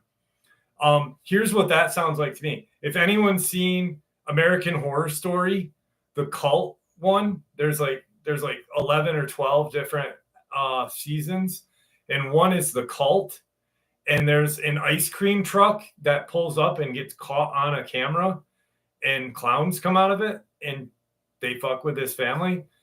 It's I don't know.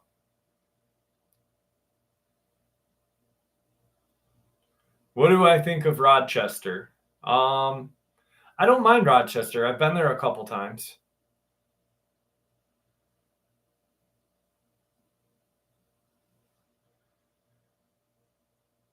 All right, Lizo, here we go.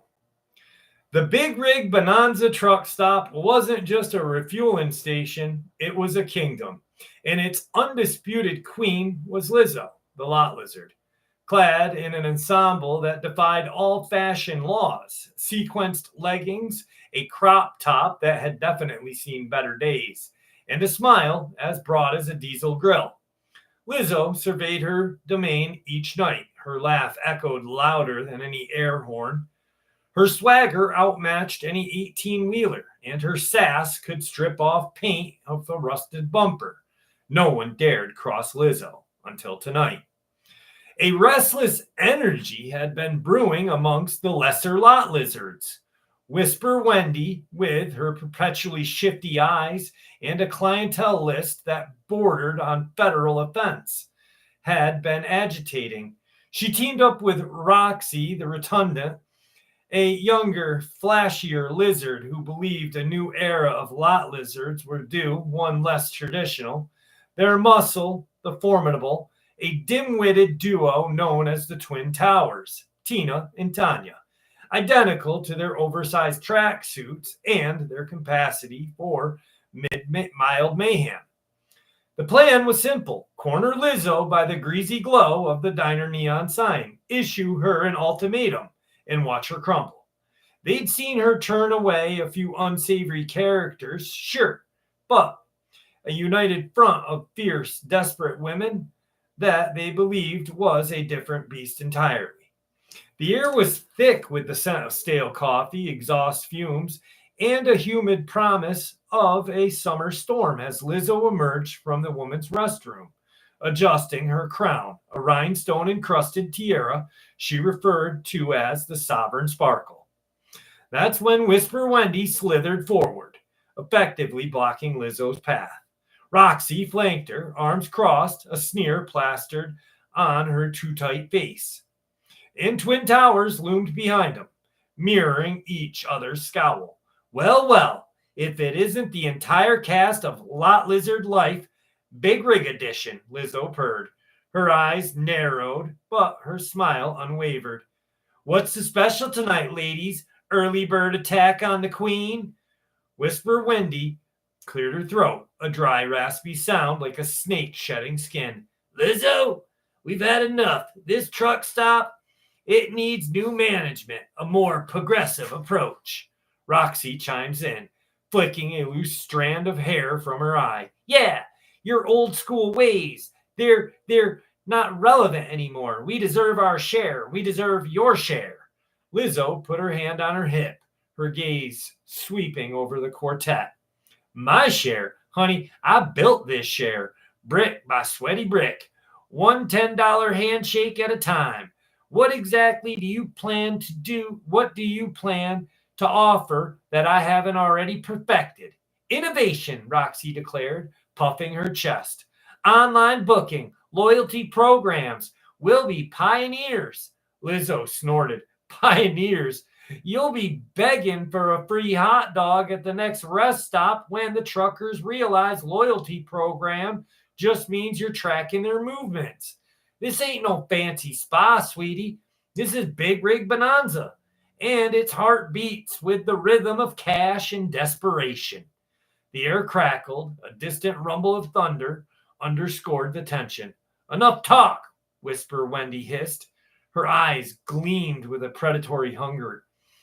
We're taking over. You can leave now, or you can find out why they call us lizards when things get messy. The Twin Towers took a step forward, their faces grim. For a fleeting moment, a chill snaked down Lizo's spine. The darkness beyond the diner's glow seemed to press in, making the chrome of the rigs glint like hungry eyes. The combined desperation and grim determination of the four women was almost palpable, a desperate, ugly hunger that could turn feral in an instant. This wasn't about territory. It was about survival, power, and the grimy underbelly of the road. It was almost horrifying. But Lizo was not just a queen. She was a force of nature, and she was not easily dethroned. Messy, you say? Lizo's voice dropped, losing that playful edge. Honey, I invented messy. You think you're ready for a little queen gambit? Before anyone could react, Lizo lunged, not at the women, but at a discarded tire iron propped against the gas pump. The screech of metal on concrete made everyone flinch. She snatched it up with surprising agility for a woman of her size, not as a weapon, but as a prop. All right, ladies, let's get this party started, she bellowed. And with a flick of her wrist, she spun that tire iron, twirling like a baton. Then, to the utter bewilderment of her assailants, Lizo launched into an improv, high-speed interpretive dance. She stomped her foot. The impact echoed on the asphalt. You want to talk about innovation? How about a little rhythm for your revolution? She spun her sequence, catching the neon light, the tire iron a blur of silver streak. She dodged the bewildered lunge from Tina, twirling past Tanya with a hip check that sent the larger woman stumbling. You think you can overthrow me with stares and sneers? Lizo yelled, her voice a booming crescendo as she punctuated her words with a dramatic pose. Honey, my first year out here, I fought off truckers with stale donuts and won. You think I'm scared of a couple wannabe TikTok influencers and their oversized bodyguards? Whisper Wendy tried to grab her, but Lizo ducked, swinging that tire iron, deliberately missing, but close enough to make Wendy shriek. This ain't no ballet, doll, Lizo snared, her eyes flashing. This is a dance of dominance. She slid under Roxy's outstretched arm, emerging on the other side with a triumphant flourish, pointing the tire iron at her. And as for progressive, honey, I progress every single night. I hustle. My hustle is so progressive, it's practically in the year 2050. The Twin Towers, more confused than angry, exchanged bewildered glances. Lizo seized that moment with a final dramatic flourish. She tossed the tire iron into the stormy night. As it arced downward, she pointed dramatically at the startled Whisper Wendy. Now, that's a mic drop, darling. The tire iron landed with a clatter precisely at Wendy's feet, making her jump. The sheer audacity and absurdity, the unexpected theatrical, and Lizzo's unwavering, terrifying confidence had completely deflated the coup. The menacing glint in their eyes had vanished, replaced by open-mouthed confusion and a healthy dose of fear. Roxy stammered, But, what was that? Lizo swept her hair back, adjusting her tiara with a triumphant smirk. That, my dear, was master class on Queen Bee intimidation. You thought you could take me down with a few scowls and a half-baked business plan? Bless your lot lizard little hearts. She sauntered past them, her hips swaying with a renewed swagger. Now, if you'll excuse me, I got a long-haul trucker with a hankering for conversation and a $20 bill with my name on it. She paused at the entrance to the diner, turning back to face the defeated quartet. The thunder rumbled again, as if in agreement. And next time you try to steal my crown, at least bring a better soundtrack. This truck stop demands flair. Lizo winked, pushing the door open and disappearing into the warm glow of the diner, leaving the four lot lizards standing in the parking lot, utterly defeated, profoundly confused. The queen had not only kept her throne, she reminded them exactly why she deserved it. One sassy, horrifying, and utterly unforgettable dance move at a time. The big rig bonanza belonged to Lizo, and hell hath no fury like a diva scorned.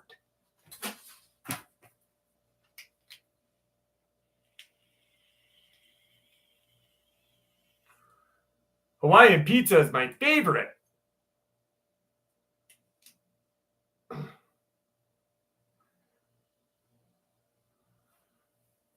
Well, thank you, Jess B.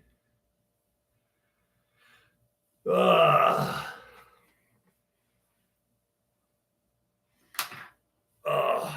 Yeah, I'll send you that one tomorrow, Jimmy. I got to call you anyway and talk to you tomorrow.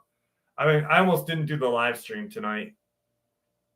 No way. A New York pizza is way better than Chicago pizza. New York pizza, way better.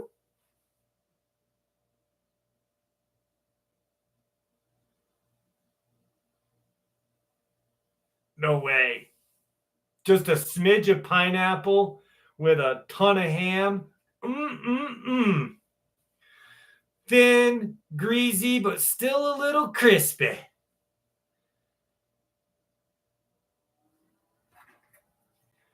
Detroit pizza? What the fuck is Detroit pizza? Detroit. Was that Elio's? Detroit pizza. Shit.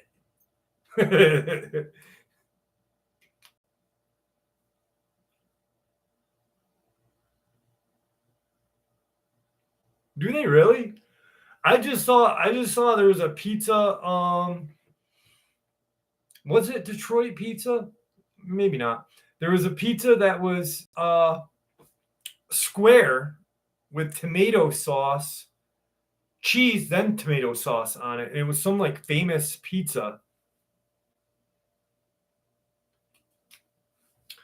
Yeah, you don't like that's like saying Chicago pizza or not Chicago pizza, California pizza.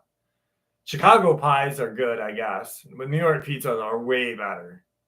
New York pizzas are just something to love. I don't give a shit. Ham is so good on pizza. I can't do Canadian bacon though. Canadian bacon is just ugh. I like Canadian bacon not on pizza.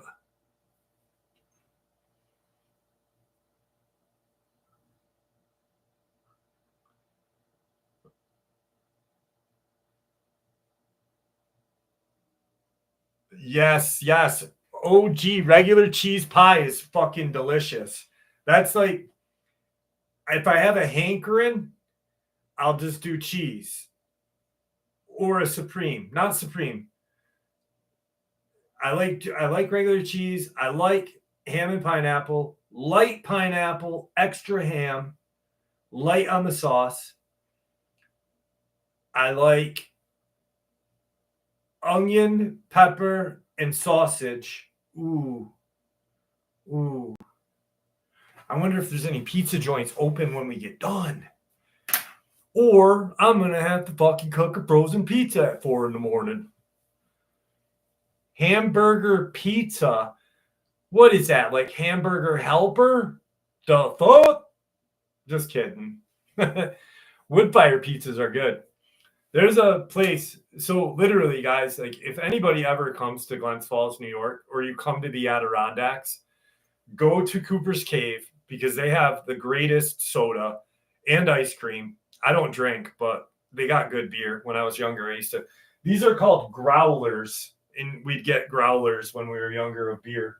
But go to Cooper's Cave. But for pizza, there's a place called the Downtown City Tavern, and they have a wood fire oven, and their pizza is so fucking good. But their chicken wings are amazing. They cook them in this wood oven, right? And they're crispy. They got like a nice skin on them, and they don't drench them in sauce. What they do is they give you there's like 30 different sauces they make, like a Jamaican jerk. My favorite is balsamic blue, and they have all these other. Oh my god, it's fucking so good. If you guys come to the Adirondacks, go to those two places. Oh, and Cooper's Cave has a restaurant too. You will not be dissatisfied. And then, but call me first or email me first and take me to dinner. Hey.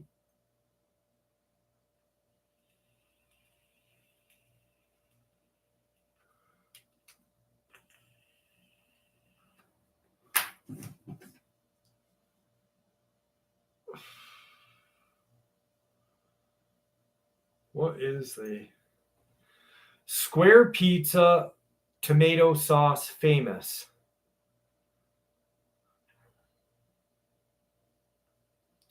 It's a Detroit pizza. That's what it was. That's why it sounded familiar to me.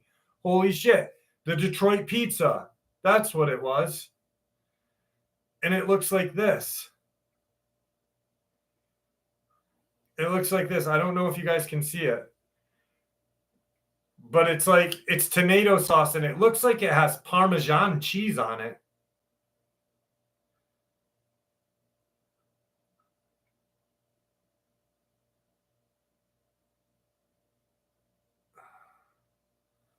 I don't know. Rhode Island party pizza. Shit.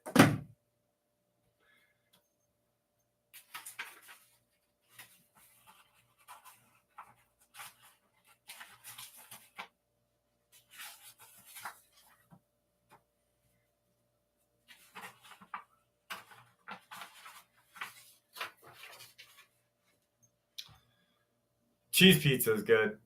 What's white and comes in little cans? Oh my God. Oh my God.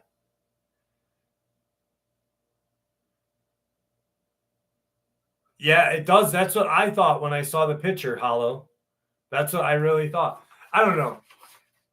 Pizza's just good. Pizza's good. I'm kind of afraid of the Detroit pizza though, but I like pizza. Pizza is delicious. But seriously, if you guys ever get a chance to come up here, and you are in the Adirondacks, Cooper's Cave, Downtown City Tavern. Oh, and hot dogs. Dirty John's hot dogs are so fucking good. You get 3 dogs with the works and a little baby Coke. You get a little baby Coke in a glass bottle. It's like that big for like $5.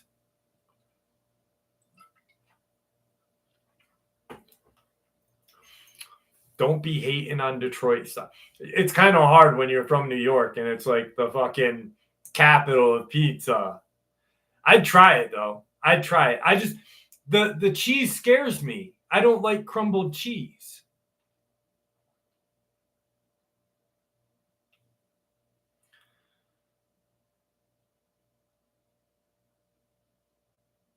I used to put you know how like subs have the shredded lettuce on them, like subs? I used to have like a cheese pizza and then have them sprinkle lettuce on my pizza. I don't know why. I love pizza. I agree, Matre. I agree. Pizza is my I am not bashful when it comes to pizza. I like frozen pizza. I like fresh pizza.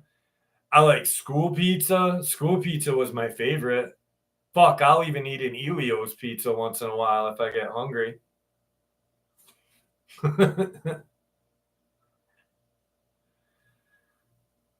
Red Baron, yes. I've got a Red Baron and a DiGiorno in my freezer right now, waiting for me. What time is it? Waiting for me in about an hour. Okay, a bit of background. I live in Galloway, New Jersey. I don't know. I know about the Jersey Devil, Pine Barrens, and that sort of stuff.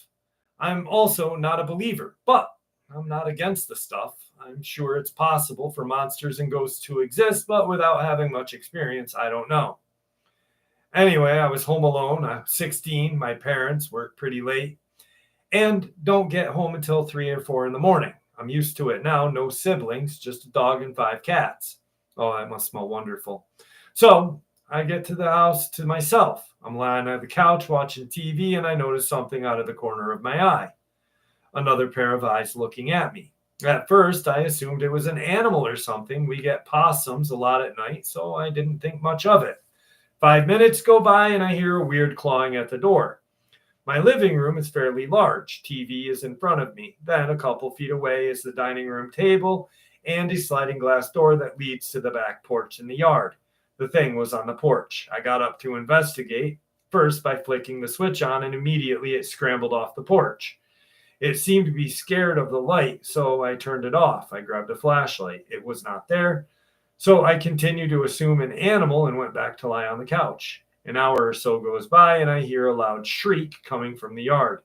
This time, getting scared, I jump up and run with the flashlight, dimmed it down by taking my index finger and middle finger to kind of coil it over the light, still making it visible, but not as bright.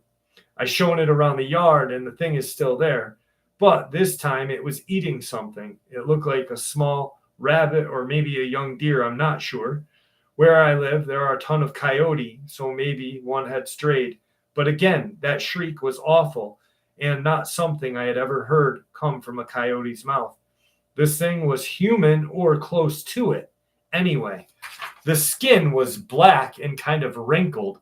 It had long limbs and seemed to be in a crouched position most of the time. It was extremely fast. I got scared and shone the light directly at it. It again screamed and dashed into the woods. I stayed awake until my parents came home. I did not tell them, just in case if it was something silly. I went to bed, and for the rest of the night, nothing came up about it. I'm an animal lover, so I don't want my cats or dogs outside one day and then getting devoured by God knows whatever this thing is.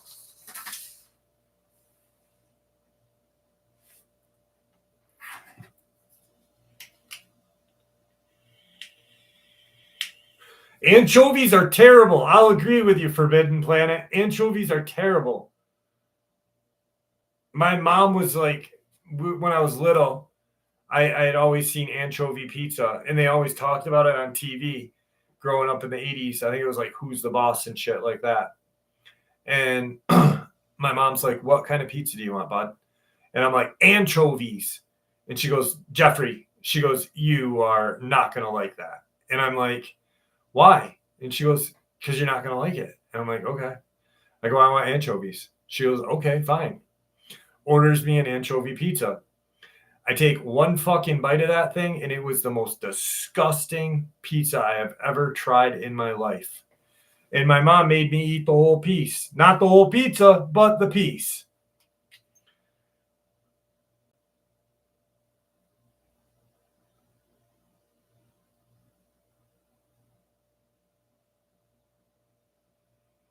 Turbo Christ.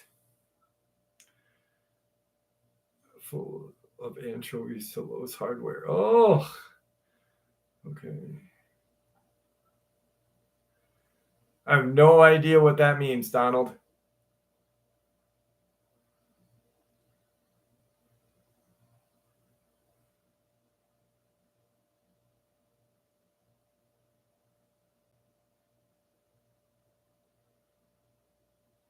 Pulled pork would be pretty good.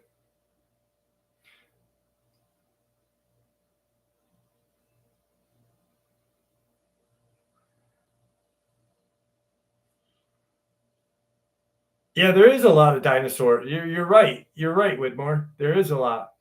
When I had Paul Pedersen Jr. here, the guy that wrote the book on the Pine Barrens and the Jersey Devil, we were talking about that. That's pretty fucking crazy. You'd never think of it. Aren't bad in pasta. See, I don't know. Anchovies just they scare me. And yeah, in dressing, you don't taste it. You don't taste it in Caesar dressing.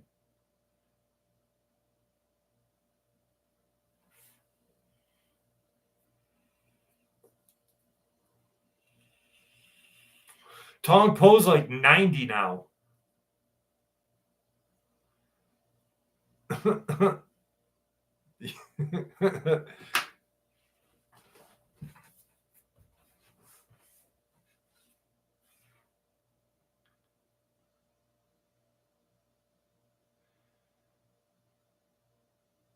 I bet you Dogman would eat a pizza. I bet you he'd eat a pizza. He'd suck down a Coke and a pizza, probably. That's probably why he's such an asshole. Because he just doesn't get enough of it. Tigger's doing good. The next road over, they are putting government buildings, and I seen a new shaft and a hole covered up, look like a ladder.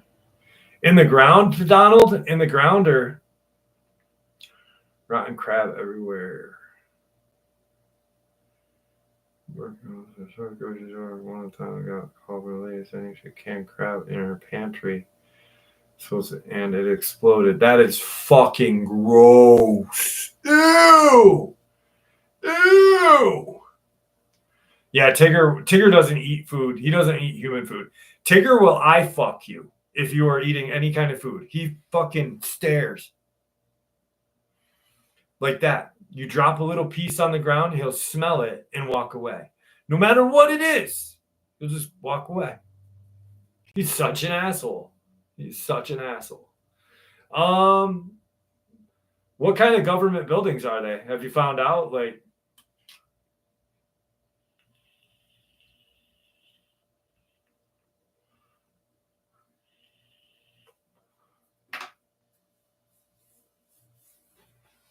yeah, like, fuck. Bigfoot likes bacon. Bigfoot likes bacon. Aramek, you're leaving tonight? No. God bless, brother. Have a good night. Thank you for hanging out with us tonight. I love you.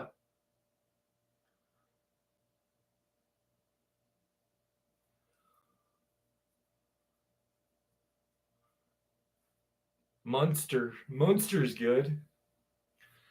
No, they are for Korean naval base. I'll look into it, and I'll have some answers. I'm gonna deep dive on that motherfucker.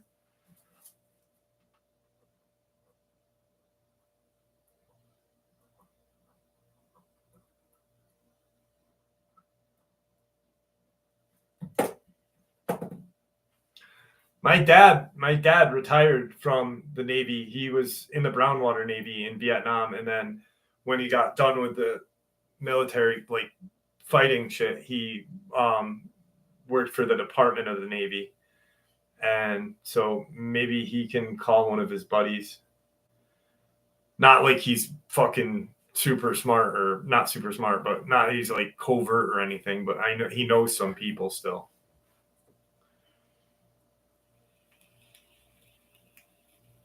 Yeah, I want a fucking pizza bad now. I want pizza bad. I'm thinking of fucking DiGiorno wood fire pizza. They got a new DiGiorno wood fire thin crust. I got a Supreme in that freezer. Ooh, yeah. I'm gonna pinch my nipple right now. Yeah. All right, this one's kind of cool. This one's actually really cool because this one I did a little background on it for you guys. So when I share this with you, I'm going to share the experience, and then I'm going to share the background of the creature that they talk about. Bit of backstory. About 9 years ago, my nephew was about 4 or 5 years old when he started mentioning an imaginary friend that keeps messing with him. My sister, thinking about how kids always have some sort of imaginary friend, thought nothing of it and proceeded on like it was nothing. As a few weeks went by, my little nephew kept mentioning about how the imaginary friend was being really mean to him and stealing his toys from him. My sister finally got a bit scared since at the time she started to have bad nightmares about someone stealing her baby, my nephew, while she was in bed unable to move. Every time she said she didn't see anything or anyone, just a black figure as if covered with a fog machine that was black fog slowly making the baby rise out of the bed as if someone was cradling him. She decided to place a camera in his room and let him play like usual to see if she could catch anything. This was a bad move on her, as it was now apparent that whatever it was got angry because of the camera and lashed out on my nephew. My sister was in another room at the time and ran toward my nephew's play area as he starts wailing, crying so loud as if he had just gotten hit. My sister managed to calm him down enough, and he said, "He scratched me. He doesn't let me play with my toys," as well as pointing to his arm to show her what looked like scratch marks, bright red, barely showing blood, as if he only managed to break a small part of the skin and make it bleed. She proceeds to grab the camera, end the recording, and drive straight to my mom's house, rushing to get my nephew away from the apartment. There she explained what happened to my mom, and my mom proceeds to call my grandma, who in turn directed her towards a local candero. We are Mexican American, sort of like a Mexican witch doctor that rubs all types of herbs on my nephew to purify him, as well as my sister from bad spirits. He lets us know that someone has put a curse on my sister because of jealousy, and that she needs to move apartments because there is a tragedy would unfold. I was being very skeptical about this, since all of it seemed made up, until my sister showed us and the witch doctor the footage. In the tape, you can see my little nephew playing with his toy truck and while talking to someone. Soon after, it looks like my little nephew is getting irritated and tells the imaginary friend to leave him alone. A few seconds of my nephew staring right beside him passed, and then you see it. Some small humanoid figure, you can't see its face as it is facing away from the camera, that is dressed in what look like overalls, the kind that construction workers use. It steps close to my nephew, swats the toy down, scratches him, and points and cries and you see my sister go to him and turn off the recorder. After this, the witch doctor kept doing all sorts of things with different herbs, all the while singing and chanting in some weird language, not Spanish. At the end of it, he produces a small cup with what looked like when you boil down Coke, it turns into a gooey paste, except it really was a dark green color. She had to smear it on the apartment around the entrance as well as all sides of her windows. Then, after the nightmares and his imaginary friend stopped appearing, needless to say, my sister moved out of the apartment a few weeks later and has made it a must to not baptize but bless all places where she lives. We asked my nephew, since he is now 14, about the event. He doesn't recall it. We also tried going over the disc recently, but found it weird how it was now blank. Using a computer, it reads as a new disc.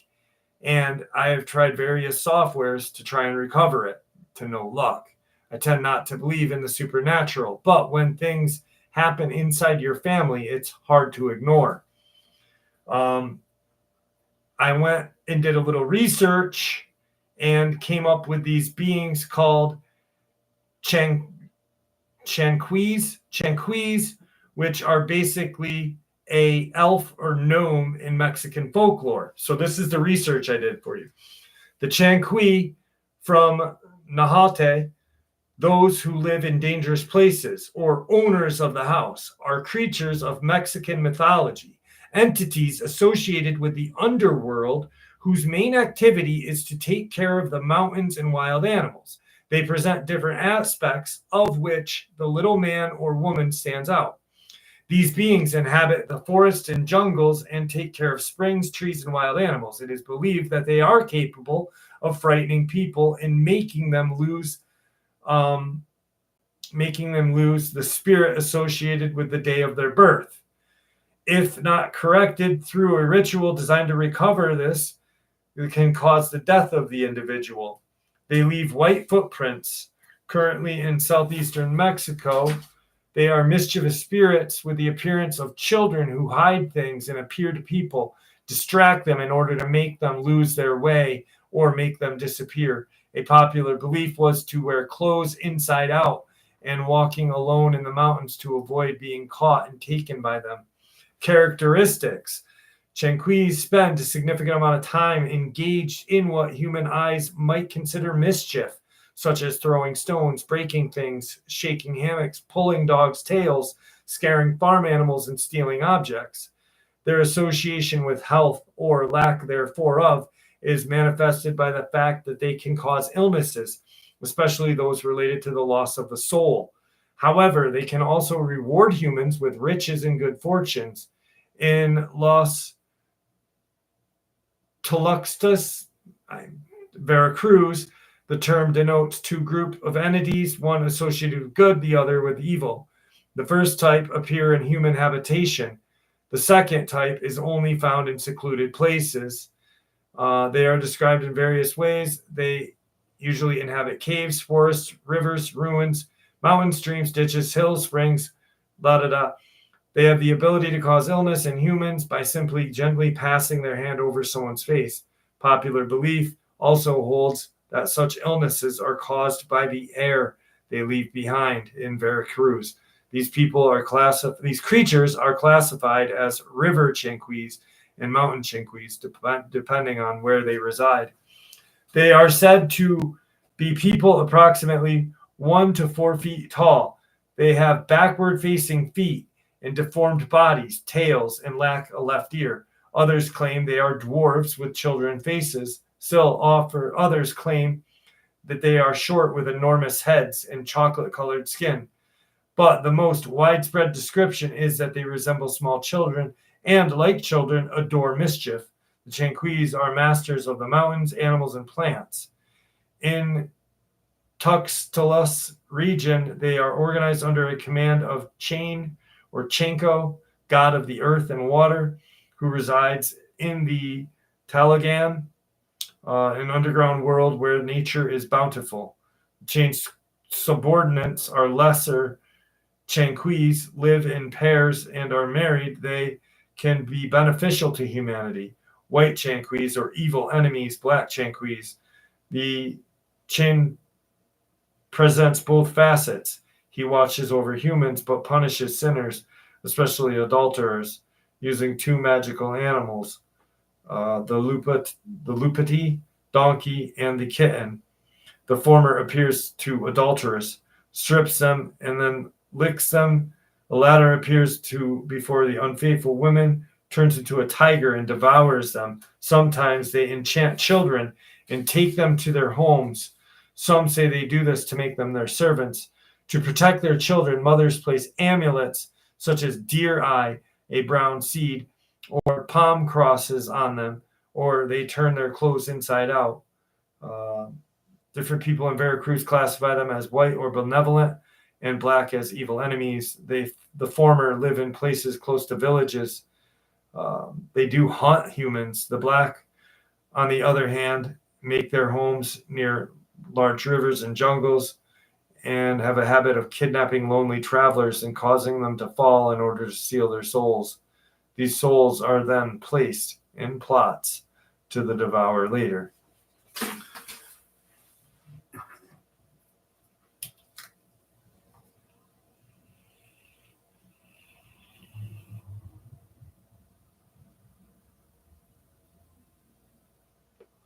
That's what I just said, Whitmore. Exactly the whole sentence that you just said.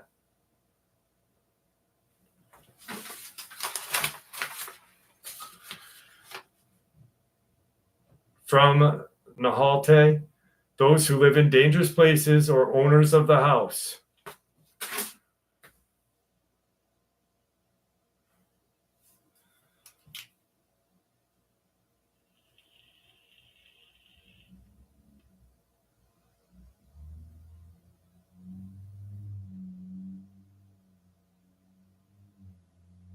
I just cannot pronounce Spanish words.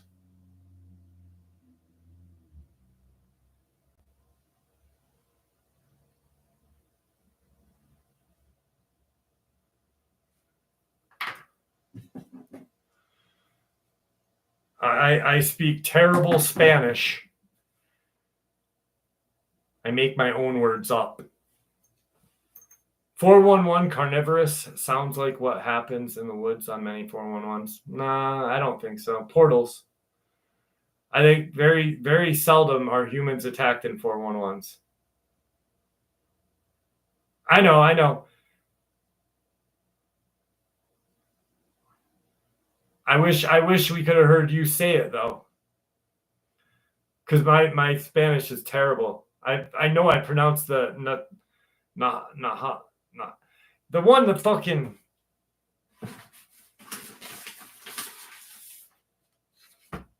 let's get this Nahuatl. Nahuatl. Nahuatl. Nahuatl. Nahuatl. Nahuatl. Nahuatl. God damn it.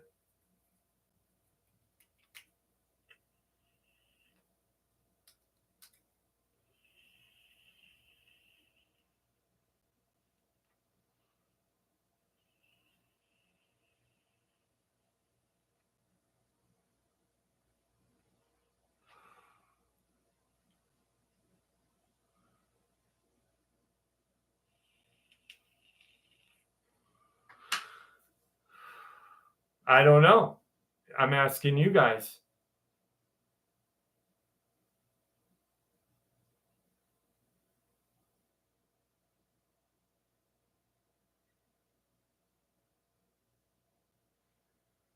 What's up, John Holtz? How are you?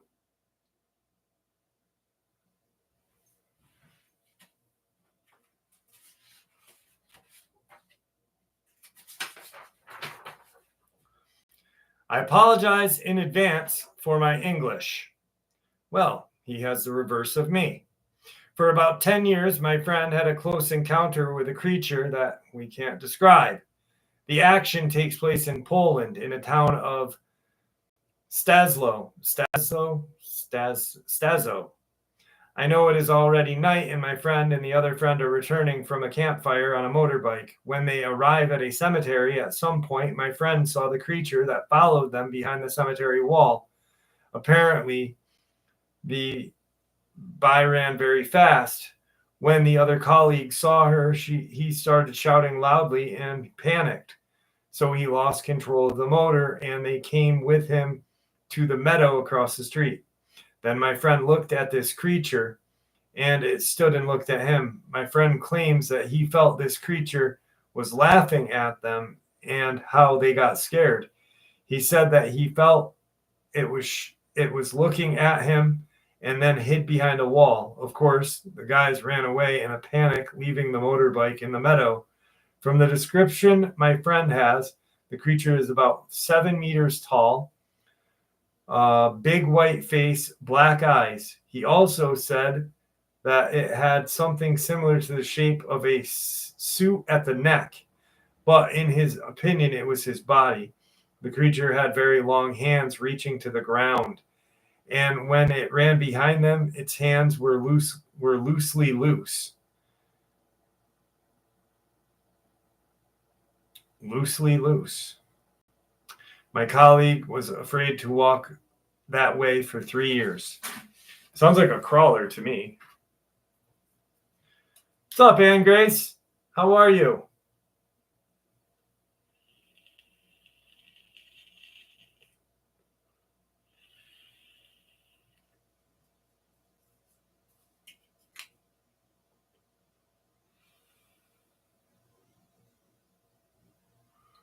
Night, Jay.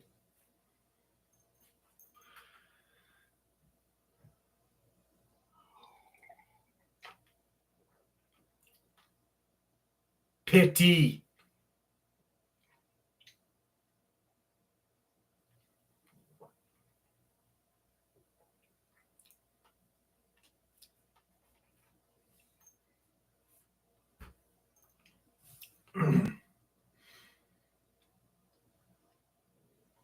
Well, they didn't even spell that right.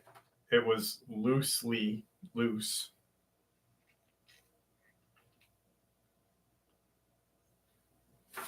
It's just an interesting way of saying it, loosely loose. I love when people correct me. Start your own live stream. Let me correct you.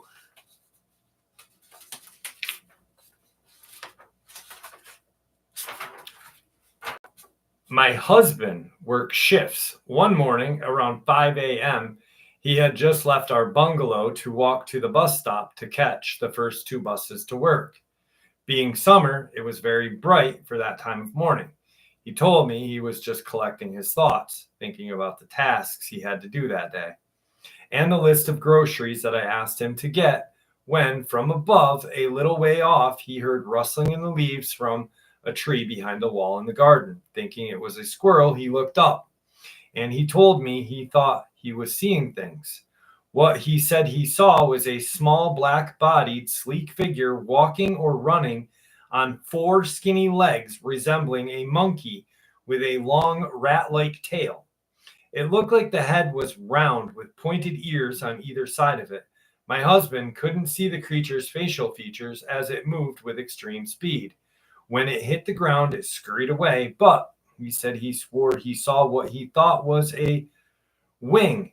In a brief time, he saw the creature airborne, which appeared to be pinned back to the side of the creature's body on the nearest side to him. My husband is practical, no-nonsense man who somewhat skeptical about the supernatural and paranormal, although does not disbelieve altogether. He was slightly reluctant to tell me in case I would think he was having me on. We discussed the incident that night when he got home. He had already texted me about it, and I was intrigued. I did ask my husband if it could have been a large bat. On talking about it and thinking it through properly, we concluded it could not have been a bat, as the creature that my husband saw had 4 legs and a rat-like tail. We walk that route all the time to get out of the estate and to the shops. Before and since the incident, we have never seen the creature like that. We are both natives to London, and we are unaware of such a creature ever existing, so we are still trying to work out what this creature could have been. Damn.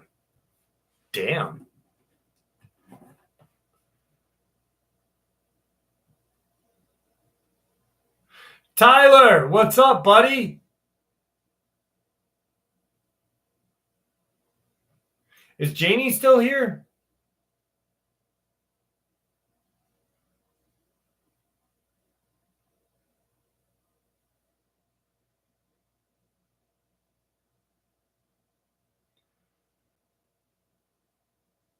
I bet you Janie fell back to sleep.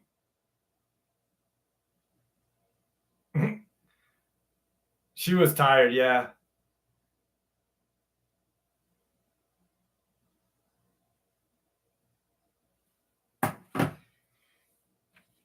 Janie!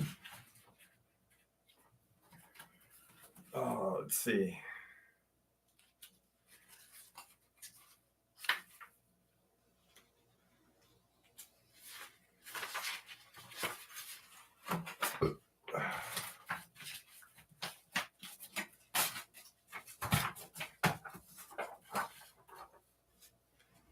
This is a second-hand account, but I figured I would share it with you guys. Please let me know if anyone has ever had a similar encounter or can figure what this creature was. Warning, it is terrifying. This is his friend's account. I was in Shenandoah at Strickler Knob about 8 months ago. I ended up camping out there despite 45-degree weather at night. I arrived at the parking area at around 7 a.m. and noticed there were no cars.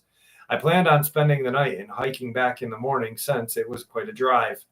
After hiking the entire route and coming back halfway to set up camp, it was close to 3 p.m. I spent the rest of the afternoon and evening eating food, smoking a bit of reefer, and enjoying a peaceful area. After I finished watching a movie on my phone, I decided it was time to call it a night at around 8 p.m. I put all the trash and remaining food items in a bag and hung it 20 feet in a branch about 150 feet away from my campsite. I was extremely tired, so after making sure I was safe from any predators, I went and grabbed some firewood and prepared to sleep. As I grabbed some dead wood from a fallen tree, I heard an extremely intense rustling moving towards me for a couple of seconds that seemed to come from 100 feet away.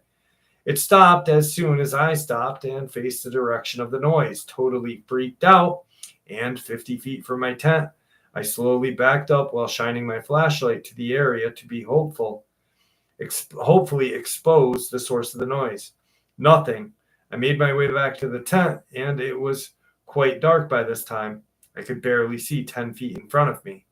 By now, it's like 8:30. I felt extremely unsettled, so I stayed outside of my tent and continued to stoke the fire, which only provided about 5 feet of light in every direction.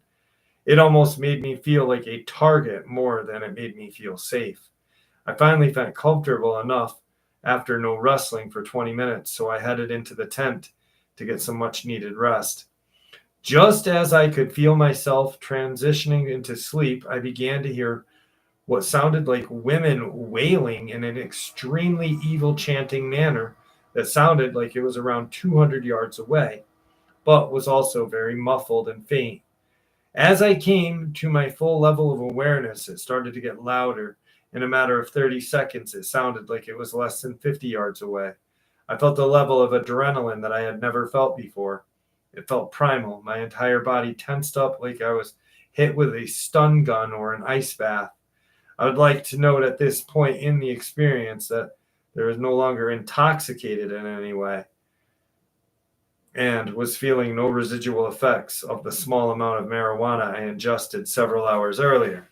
3 seconds after the noise got to around 50 yards away, it totally stopped. I slowly crawled out of my tent and yelled, "Hey, who the hell is out there?" Complete silence consumed the entire 100-foot open area that I was camped in. I turned on a massive flashlight and shined it everywhere I could sense an eerie energy. Nothing as I made my last round with the flashlight. I saw something that would change my view in monsters and paranormal forever. I saw briefly a woman for about 0.25 seconds who was fleeing from the tree line facing away from me, making almost no noise. She was wearing a medium-length white dress with insane amounts of dirt all over it, and she was bald. She also had no shoes and was flailing her arms in the air whilst making no wailing noise anymore. She ran in the way a child would if they were caught trying to sneak up on you. I couldn't even utter a sound. I began to fear for my life so badly. I began to cry, and my face was stuck in a frowning position.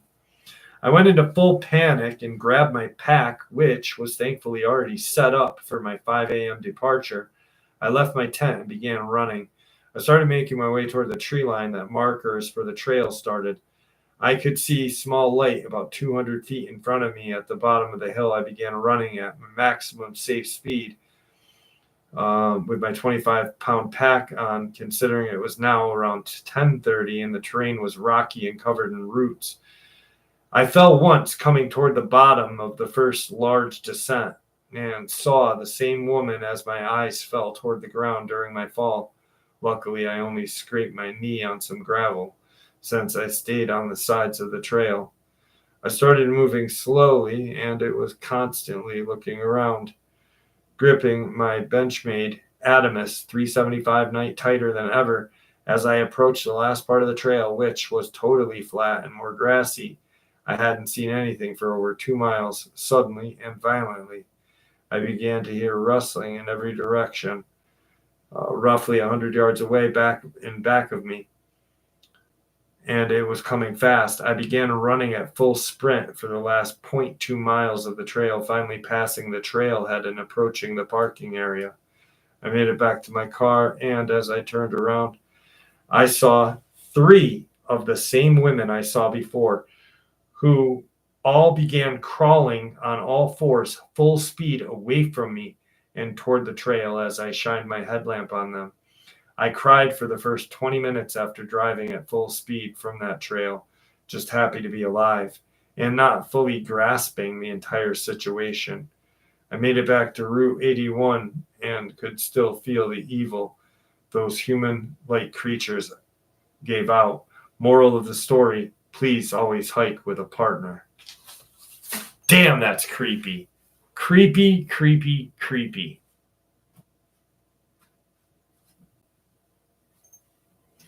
And then there's 3 of them at the end. What's up, Lance? How are you, buddy? Holy cow.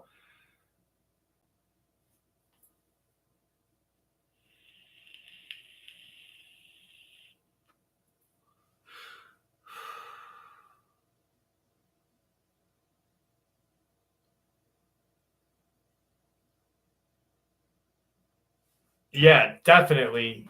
Never. I mean, dang. Like, you see one of them, right?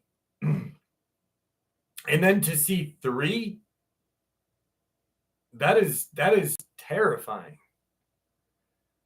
And definitely, Widmore said it, definitely a witch.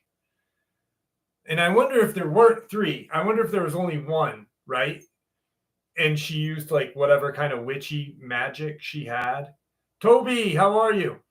Used her witchy witch magic and like doubled or multiplied and like gone. Gone.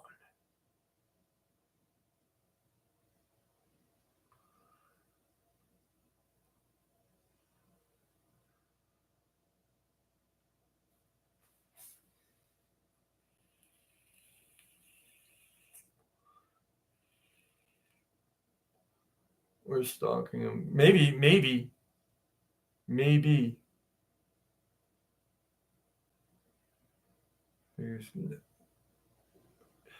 I have not used it yet. I'm waiting to go up to where he disappeared to use it next time.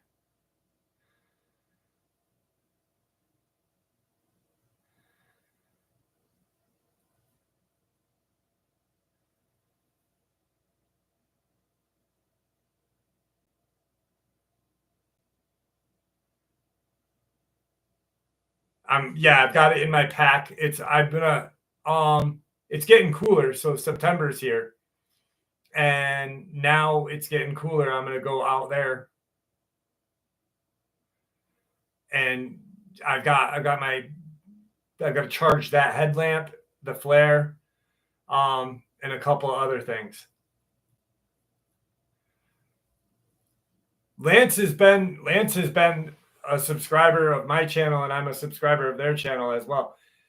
When I started the channel, I started to do creepypasta and stuff because I didn't know what to do.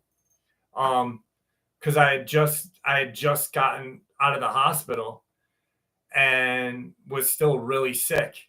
I started my channel and I started to do like creepypasta and like old, like I did like covered like weird paranormal, like the Witch game and stuff. And then I started to decide, you know, I'm going to veer from creepypasta and just do real encounters. And that's when I just kind of stopped doing the creepypastas and doing real encounters. But Lance is really good. You guys should check him out. He's very, very, very good channel. Underrated channel. Very underrated channel. Just like my buddy freaking, there's so many underrated channels out there. I have a good friend in Florida named Immunity Zero, who another underrated person.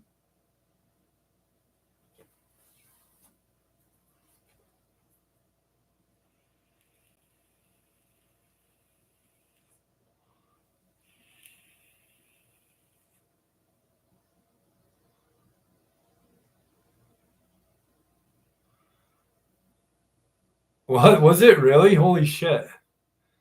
That's awesome. That's awesome. It's changed so much.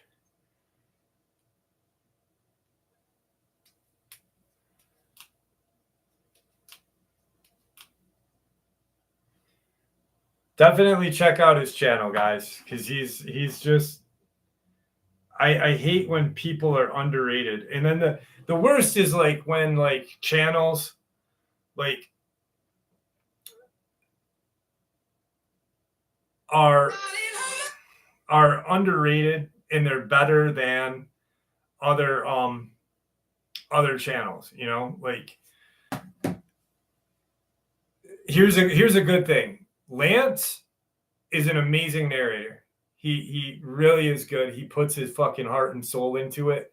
But then you have these other channels like Clancy Pasta who like blow dog ass and they have like fucking hundreds of thousands of subs when like littler channels don't get recognized. It's fucking weird. It's weird. You know?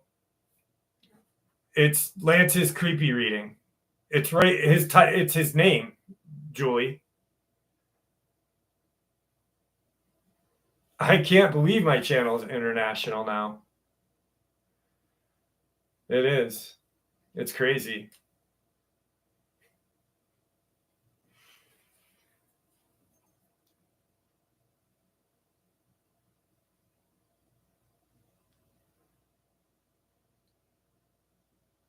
That's awesome. I'm so fucking... I think I wished you a happy birthday. Wasn't it your birthday? The last time I said something to you on your channel? Lance is underrated like Sea Mustard. Sea Mustard is so good. I never sold my soul, Mr. Poor. Did you sell your ass? There's a new King of the Hill. Jody Bateman.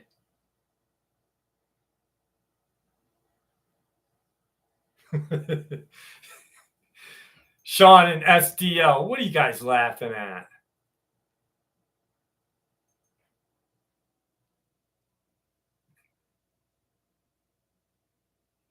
I heard $20 is $20, right?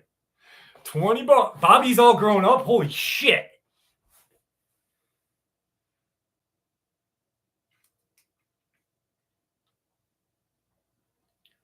Jody Bateman.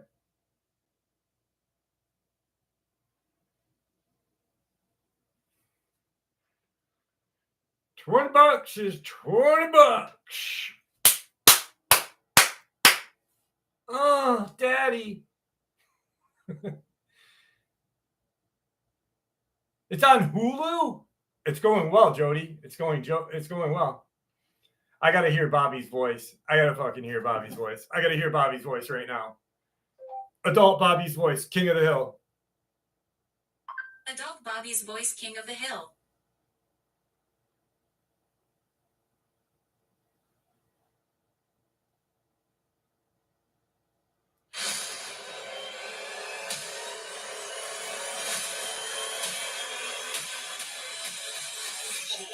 Look at that return down king, man.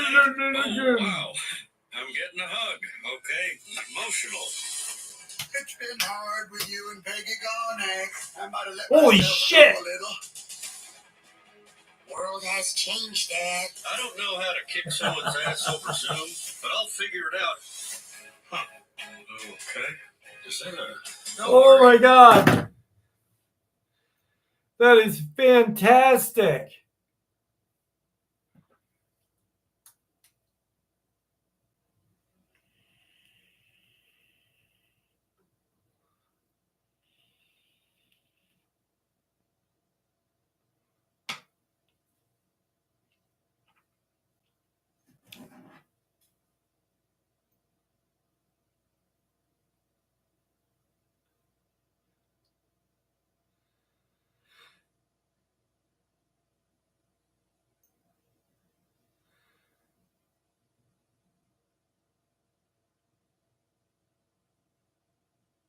Yeah, wow, that's true. That's true. I haven't thought about that. It's out now. It's out now. That's amazing. On Hulu. On Hulu. Just now? Just now, STL?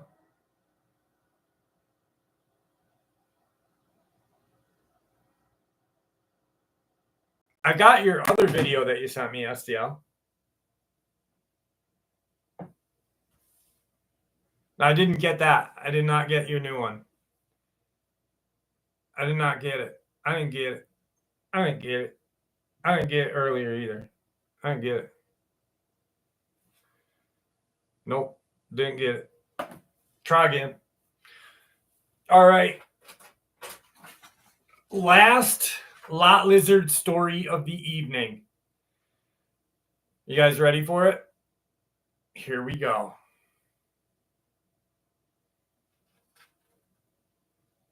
You guys want the lot lizard story or no? Yes, no, maybe. Okay.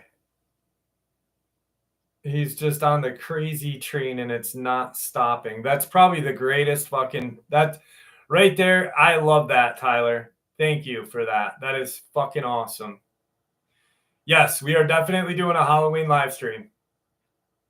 Definitely doing a Halloween live stream. And now that the temperature is changing and it's fall, I will be going back up to where Tommy Messick disappeared. And I hope, like last year, I'm going to go on November 15th, my daughter's birthday. But I'm going to go back up and I'm going to hopefully, I don't know, catch something. That metallic sound is crazy. So I don't know. All right, here we go. Hang on, I got to fucking... There we go. Got him adjusted. The greasy spoon in gear grind truck stop lived and breathed by the rhythm of diesel engines and the promise of a hot meal, a cold beer, and perhaps a warmer embrace. And at the heart of its beating, grimy soul was Lizo, the undisputed queen of the lot lizards. With a towering presence, a laugh that could outrumble a Peterbilt, and a heart as big as her perfectly teased hair, Lizo commanded respect, loyalty, and a hefty premium on her services. Her reign, established over 2 decades, was unshakable, built on fierce loyalty and an even fiercer left hook. Earl, her burly, good-natured trucker boyfriend, was her loyal consort, a man as steady as the highway miles he logged. He was devoted. One sweltering Tuesday night, the usual hum of the truck stop was pierced by whispers. Truckers, usually immune to surprise, stumbled into the greasy spoon, their faces pasty white beneath their suntans. Buzz, a man who had seen things that'd make a lesser man quit the road, gulped down a half a beer before sputtering. Lizo, you ain't gonna believe this. Down by the old forgotten tire shop, there's things out there. Look like stepped out of the 70s time warp, but gray. Another driver, Skeeter, wide-eyed, added, and they're offering interstellar pleasure. For cash, mind you. One of them looked like it was wearing a leather or a feather boa over a glorified autopsy suit. Lizo, perfectly sculptured eyebrows arched. Her domain was being challenged. And by gray things? She smoothed her rhinestone-studded denim jacket. Gray? They're working my turf? Honey, this ain't no damn intergalactic trade route. This is a greasy spoon. There's only one queen of this lot, and she ain't got no antennae. Earl finished his plate of gravy-smothered fries, wiping his mouth with a napkin. His eyes, usually crinkled in a perpetual good humor, hardened. All right, darling, he rumbled, standing up. A mountain of a man, muscle and flannel. Let's go show these space cadets who's boss. Arm in arm, Lizo and Earl strolled across the gravel lot, the air thick with anticipation and the smell of cheap gasoline. As they rounded the abandoned tire shop, a sight emerged that defied all laws of logic, taste, and good posture. A flimsy, glowing tent pulsed with an unnatural, synthesized disco beat. Inside and spitting out onto the gravel were figures that made Skeeter's description an understatement.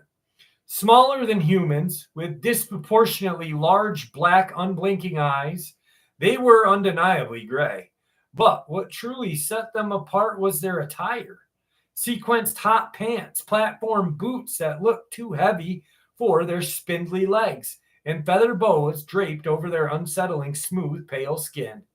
They gyrated awkwardly, like broken marionettes in a particularly flamboyant nightmare. Then, from the glowing tent stepped the ringleader. He wasn't your garden variety lot lizard. He was in an intergalactic gimp suit. From the neck up, his head was encased in a bulbous black leather mask, shiny and smooth, resembling a polished, char-grilled onion. This was Peter, the alien gray in his perverted bondage suit glory. Greetings, terrestrial entrepreneurs, a reedy modular voice emanated from his light bulb mask, somehow muffled in a tinny at the same time. I'm Peter, CEO of Exo Lizards Incorporated. We offer premium, non-corporeal experiences catered to diverse tastes. Our advanced physiology allows for a truly out-of-body encounter. Peter gestured grandly at his dancing crew. Lizo's eyes narrowed to slits. Non-corporeal? Honey, your grits look like they're disintegrated if you sneeze too hard. And out of body, the only thing leaving a body around here is your head. If you don't pack up this intergalactic circus right now, this is my patch, Peter, and there's no room for a knockoff E.T. hooker. Peter's bulbous head bobbled, a gesture that was either a nod or a nervous tick. But this location offers prime real estate for interstellar clientele and a unique selling proposition. Your unique selling proposition is about to get a unique smackdown, Lizo roared. This was business. This was personal. She lunged, a rhinestone-studded blur of righteous fury. Her first move was classic Lizo. A high-heeled cowboy boot connected with a satisfied thwack against Peter's light bulb mask, sending him stumbling back. in a surprise, high-pitched whine. "Take that, you shiny-headed weirdo. This ain't no pleasure cruise. This is a beatdown." Earl, meanwhile, let out a war cry that rattled the semi-trucks. He grabbed one of the gyrating gray aliens by a sparkly feather boa, twirled it once, and used his surprisingly flimsy body like a frail, sending another alien tumbling back into a stack of old tires. "Looks like they're lighter than they look, Lizo," he bellowed, thoroughly enjoying himself. The alien prostitutes, caught off guard, began to emit a chorus of high-pitched, almost chirping sounds. Their awkward dance turned into a panic flailing, their flimsy 70s outfits tearing as they tried to evade Lizo's relentless assault. She was a whirlwind of red nails and raw power, swatting away spindled limbs, using her heavy purse to clock one alien into a featureless world. "You think you can outsass me? I've seen tougher weeds in my garden." Peter, recovering from the boot to his head, fumbled with a small glowing device. Lizo, ever vigilant, delivered a swift kick that sent the gadget spinning into the darkness. Defeated, and with his crew scattered and whimpering, Peter let out a final frustrated squeak. With a pathetic whine, a small disc-shaped craft the aliens had been hiding behind the tire stack lifted off, a broken feather boa trailing from one of the retracting landing gears. Peter and his remaining disheveled crew scrambled aboard, vanishing into the night sky. Lizo, slightly winded but definitely triumphant, brushed off her denim jacket. "And good riddance to bad rubbish. Next time, stick to crop circles, Peter." Earl, grinning, wrapped his supportive arm around Lizo. "You showed 'em, darling. Nobody messes with the queen of the greasy spoon." Out of the shadows, the truckers who had gathered to watch erupted in cheers. Lizo surveyed her domain, now free of intergalactic copulation. "Honestly," she sighed, a hint of weariness in her voice, but a sparkle of victory in her eye, "a woman can't even run a decent illicit business without aliens trying to muscle in. What is this world coming to?" She clutched Earl's arm, ready to reclaim her throne. Her legend at the Greasy Spoon and Gear Grind now cemented in both terrestrial and perhaps interterrestrial lore.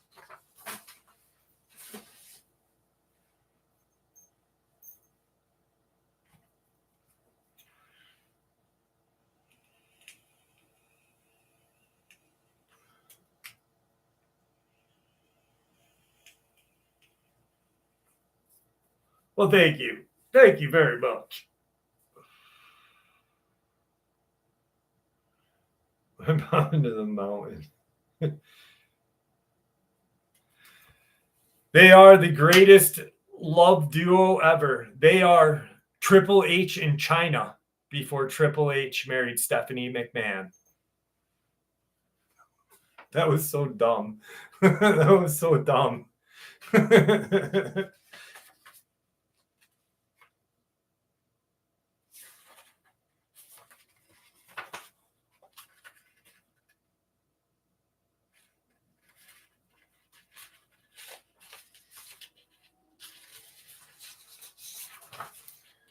All right.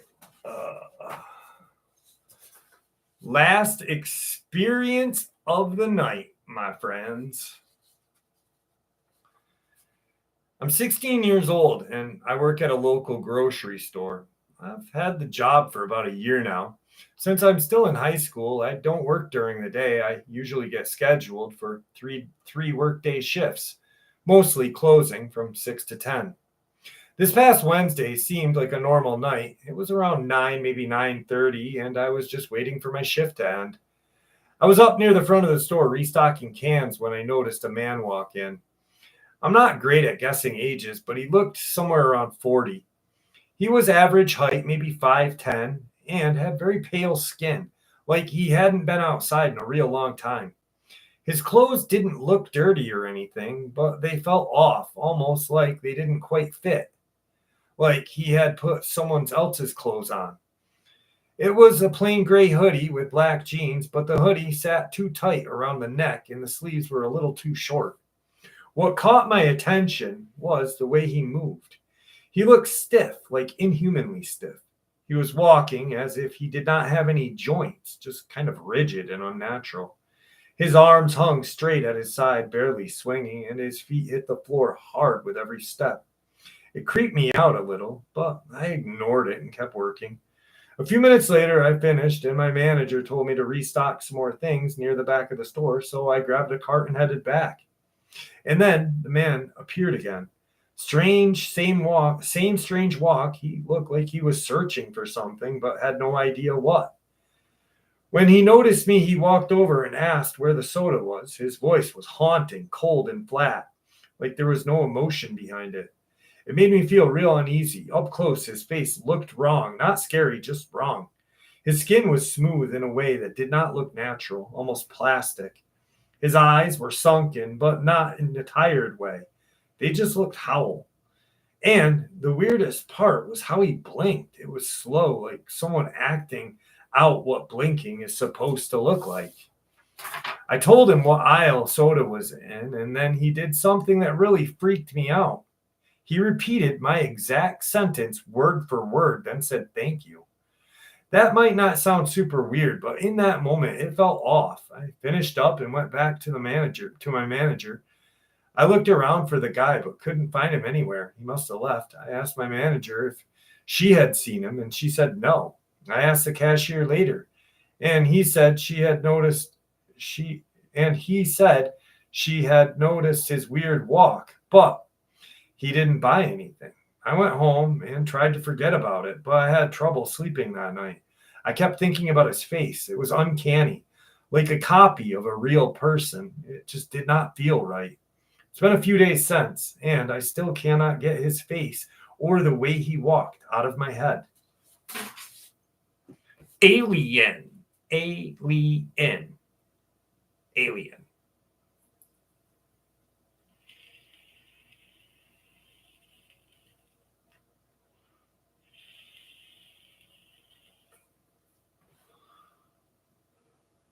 Shadow people are terrifying. Just absolutely terrifying.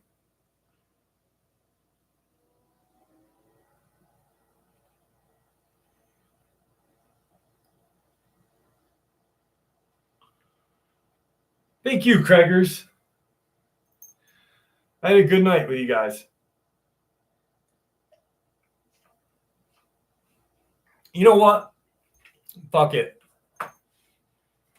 Let's do another one. We'll do another one. Wrecker Girl, how are you? Interview. Victor. Damn it. I don't remember, to be honest with you. There's a playlist of Victor's. If you go to my main channel, if you go to the main channels, if you go to the channel's main page and you click playlists, it'll pop down and it'll be in there. I don't remember though. I'm sorry. All right, we're going to do one more experience. This is a 3-hour live stream. We did a pretty good one.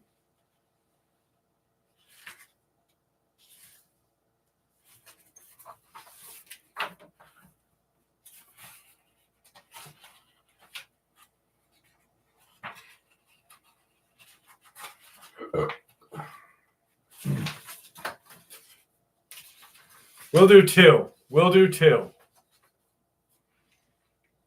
I apologize if my grammar is bad. I'm writing this on my phone after I just woke up because for some reason I cannot get this off of my mind.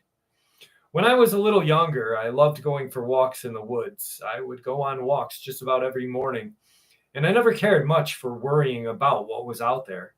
I always just strolled through the woods behind my house that seemed to go on forever. One day I walked further than I ever had. I just wanted some more exercise. I was restless that day and felt like I had enough energy to just keep going and just enjoy the beautiful view of the woods. After I was at a certain point, I came to a clearing with a big rotting log in the center of it. It was beautiful. It was clean, like the forest floor had been vacuumed, almost like a carpet, and the sun had shined through the treetops perfectly. I wanted to sit down and enjoy this gorgeous view in front of me, so I decided to sit on the rotting log and take it all in. Everything felt so warm and homey, but for some reason sharp and sinister at the same time, or maybe that's just how I'm choosing to remember it so I never go back. Anyway, there were birds and sounds of wind, and then suddenly all of the joy in that place sank, the sun covered by clouds, and it was so weird that there was no more sounds at all. I can't even describe it. I've never felt anything like it before.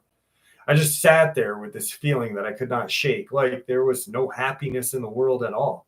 And I was scared for something that I hadn't even seen. And then far away up the hill, even deeper into the forest, I heard a branch snap, and it felt like whatever it was acknowledged that I knew it was there, and that it knew I was where I wasn't supposed to be, like I had wandered into its territory. And then after this cold, slow moment, I heard whatever this fucking bolt down this hill violently, like no animal or human could ever achieve. And then I saw it for the first time, and it was wrong. It didn't look like anything other than a monster, and even then it didn't look right. Its body, warped and uneven, its skin stretched over its body, was wrong. There was no visible mouth or eye holes, just depressions in its face where they should have been. It ran on all fours in a zigzagging fast, and it was just walking wrong, sharp bones sticking out at random places. And I didn't look at it after that, and ran faster than I had ever ran. It was gaining on me. I mean, this thing ran like 30 miles an hour, maybe, and I was just a kid. I couldn't hear anything in the world other than the leaves behind me crunching and my heartbeat. I got to the road that led to my house as a car drove by, and I saw it crawl back up the hill in its weird, zigzagging, unpredictable pattern. My eyes couldn't stop staring at that tree line as I stayed in the opposite side of the road from where it was as I ran home until my legs were spasming and bruised. I'm not great at telling stories, but I don't know why it left me alone, but I am just so scared. I have never gone on a walk alone again since that day. The worst part is I don't even know what it was. I don't know if its skin was melted over its bones or what. I don't know, and I don't know if it's hunting me. And I have just gotten lucky so far. Anyway, it's been traumatizing, and I've been completely invested into researching experiences about these crazy cryptids, and I've never seen or heard anything like it. This crawler comes close, but definitely not a crawler. Anyway, thanks, guys. Appreciate you. I live in a small town in Indiana called Candleville, in a branch town of Fort Wayne. I grew up there. I was born in a small town. I grew up there, and I was born in I can't fucking stop it now. One evening, me and my uncle decided to go for a bike ride. There are lots of trails and lots of scenery, just an old small-time vibe. There's this lake next to the high school, and it's kind of off to the side next to all the houses in town. During our bike ride, me and my uncle decided to go behind the library, which then veered off directly into the lake. There was a street and some sidewalk. We decided to stop at the lamppost, seeing that the moon was full over the trees. Thinking it was a beautiful place, my uncle told me to take a picture of the moon and the trees over the water. While I am taking the picture, the most grueling, hell-sent gurgle growl made me and my uncle jump for the first time in my life. I heard a 6'3" giant scream louder than anything before. As I turned around, I noticed the noise came from behind the library and a couple of trees on the downward slope. Did you hear that too? He quickly got back on his bike. His eyes were almost bulging out of his head. As I tried to find the source, I see this gray mist slowly glide in between the trees on the hill behind the library. And faster than anything I had ever seen before, it flew out of the lake. There was no animals. It was just late. No people out. I turned around and asked my uncle if he had seen the same thing I did. He agreed, and we quickly sped out of there on our bikes. I recently found out that the library used to be a hospital when the town was first established back in the 1800s. I've also heard that since then, a lot of drownings and accidents have occurred in this body of water. To this day, neither of us has seen anything else paranormal. And my uncle, who was quite set in his ways, believes in spirits and the afterlife after the experience we shared. And I am still extremely curious as to what we ran into that night. If you are curious, look up Bixler Lake in Kendallville, and you can see the library and the road, and it will help you imagine what we saw. Sorry for my lack of storytelling skills. Hope it was interesting. Stay well and have a great day. The giant was his uncle screaming. All right. Guys, thank you for hanging out with me tonight. I had a lot of fun tonight, too.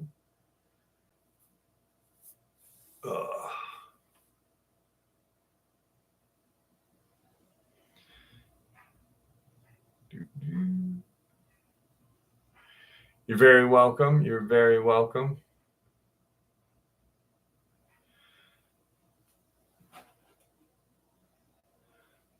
I am so grave toned. I'm glad that you popped in, though. I am so grave toned. Wait a couple hours from me. You're welcome, Mike. I do. I was born in a small town. Why did you set me up for that? They did that purposely. They're like, yeah, buddy, you're going to get you. All right, guys, 3-hour live stream. What a night. What a night. And just to think, I was not going to do this. I was not going to do this live stream tonight. Literally fucking felt like shit. So thank you. Thank you guys for getting me out of my funk. Watch, tomorrow morning I'll just wake up and still be in a funk, but at least I wasn't in it for 3 hours. So thank you. Stay well, and I'll see you all next week, but obviously uploads all during the week. Guys, if you got friends, if you got like 400 friends, tell them about the channel. We're only 400 away. I love you.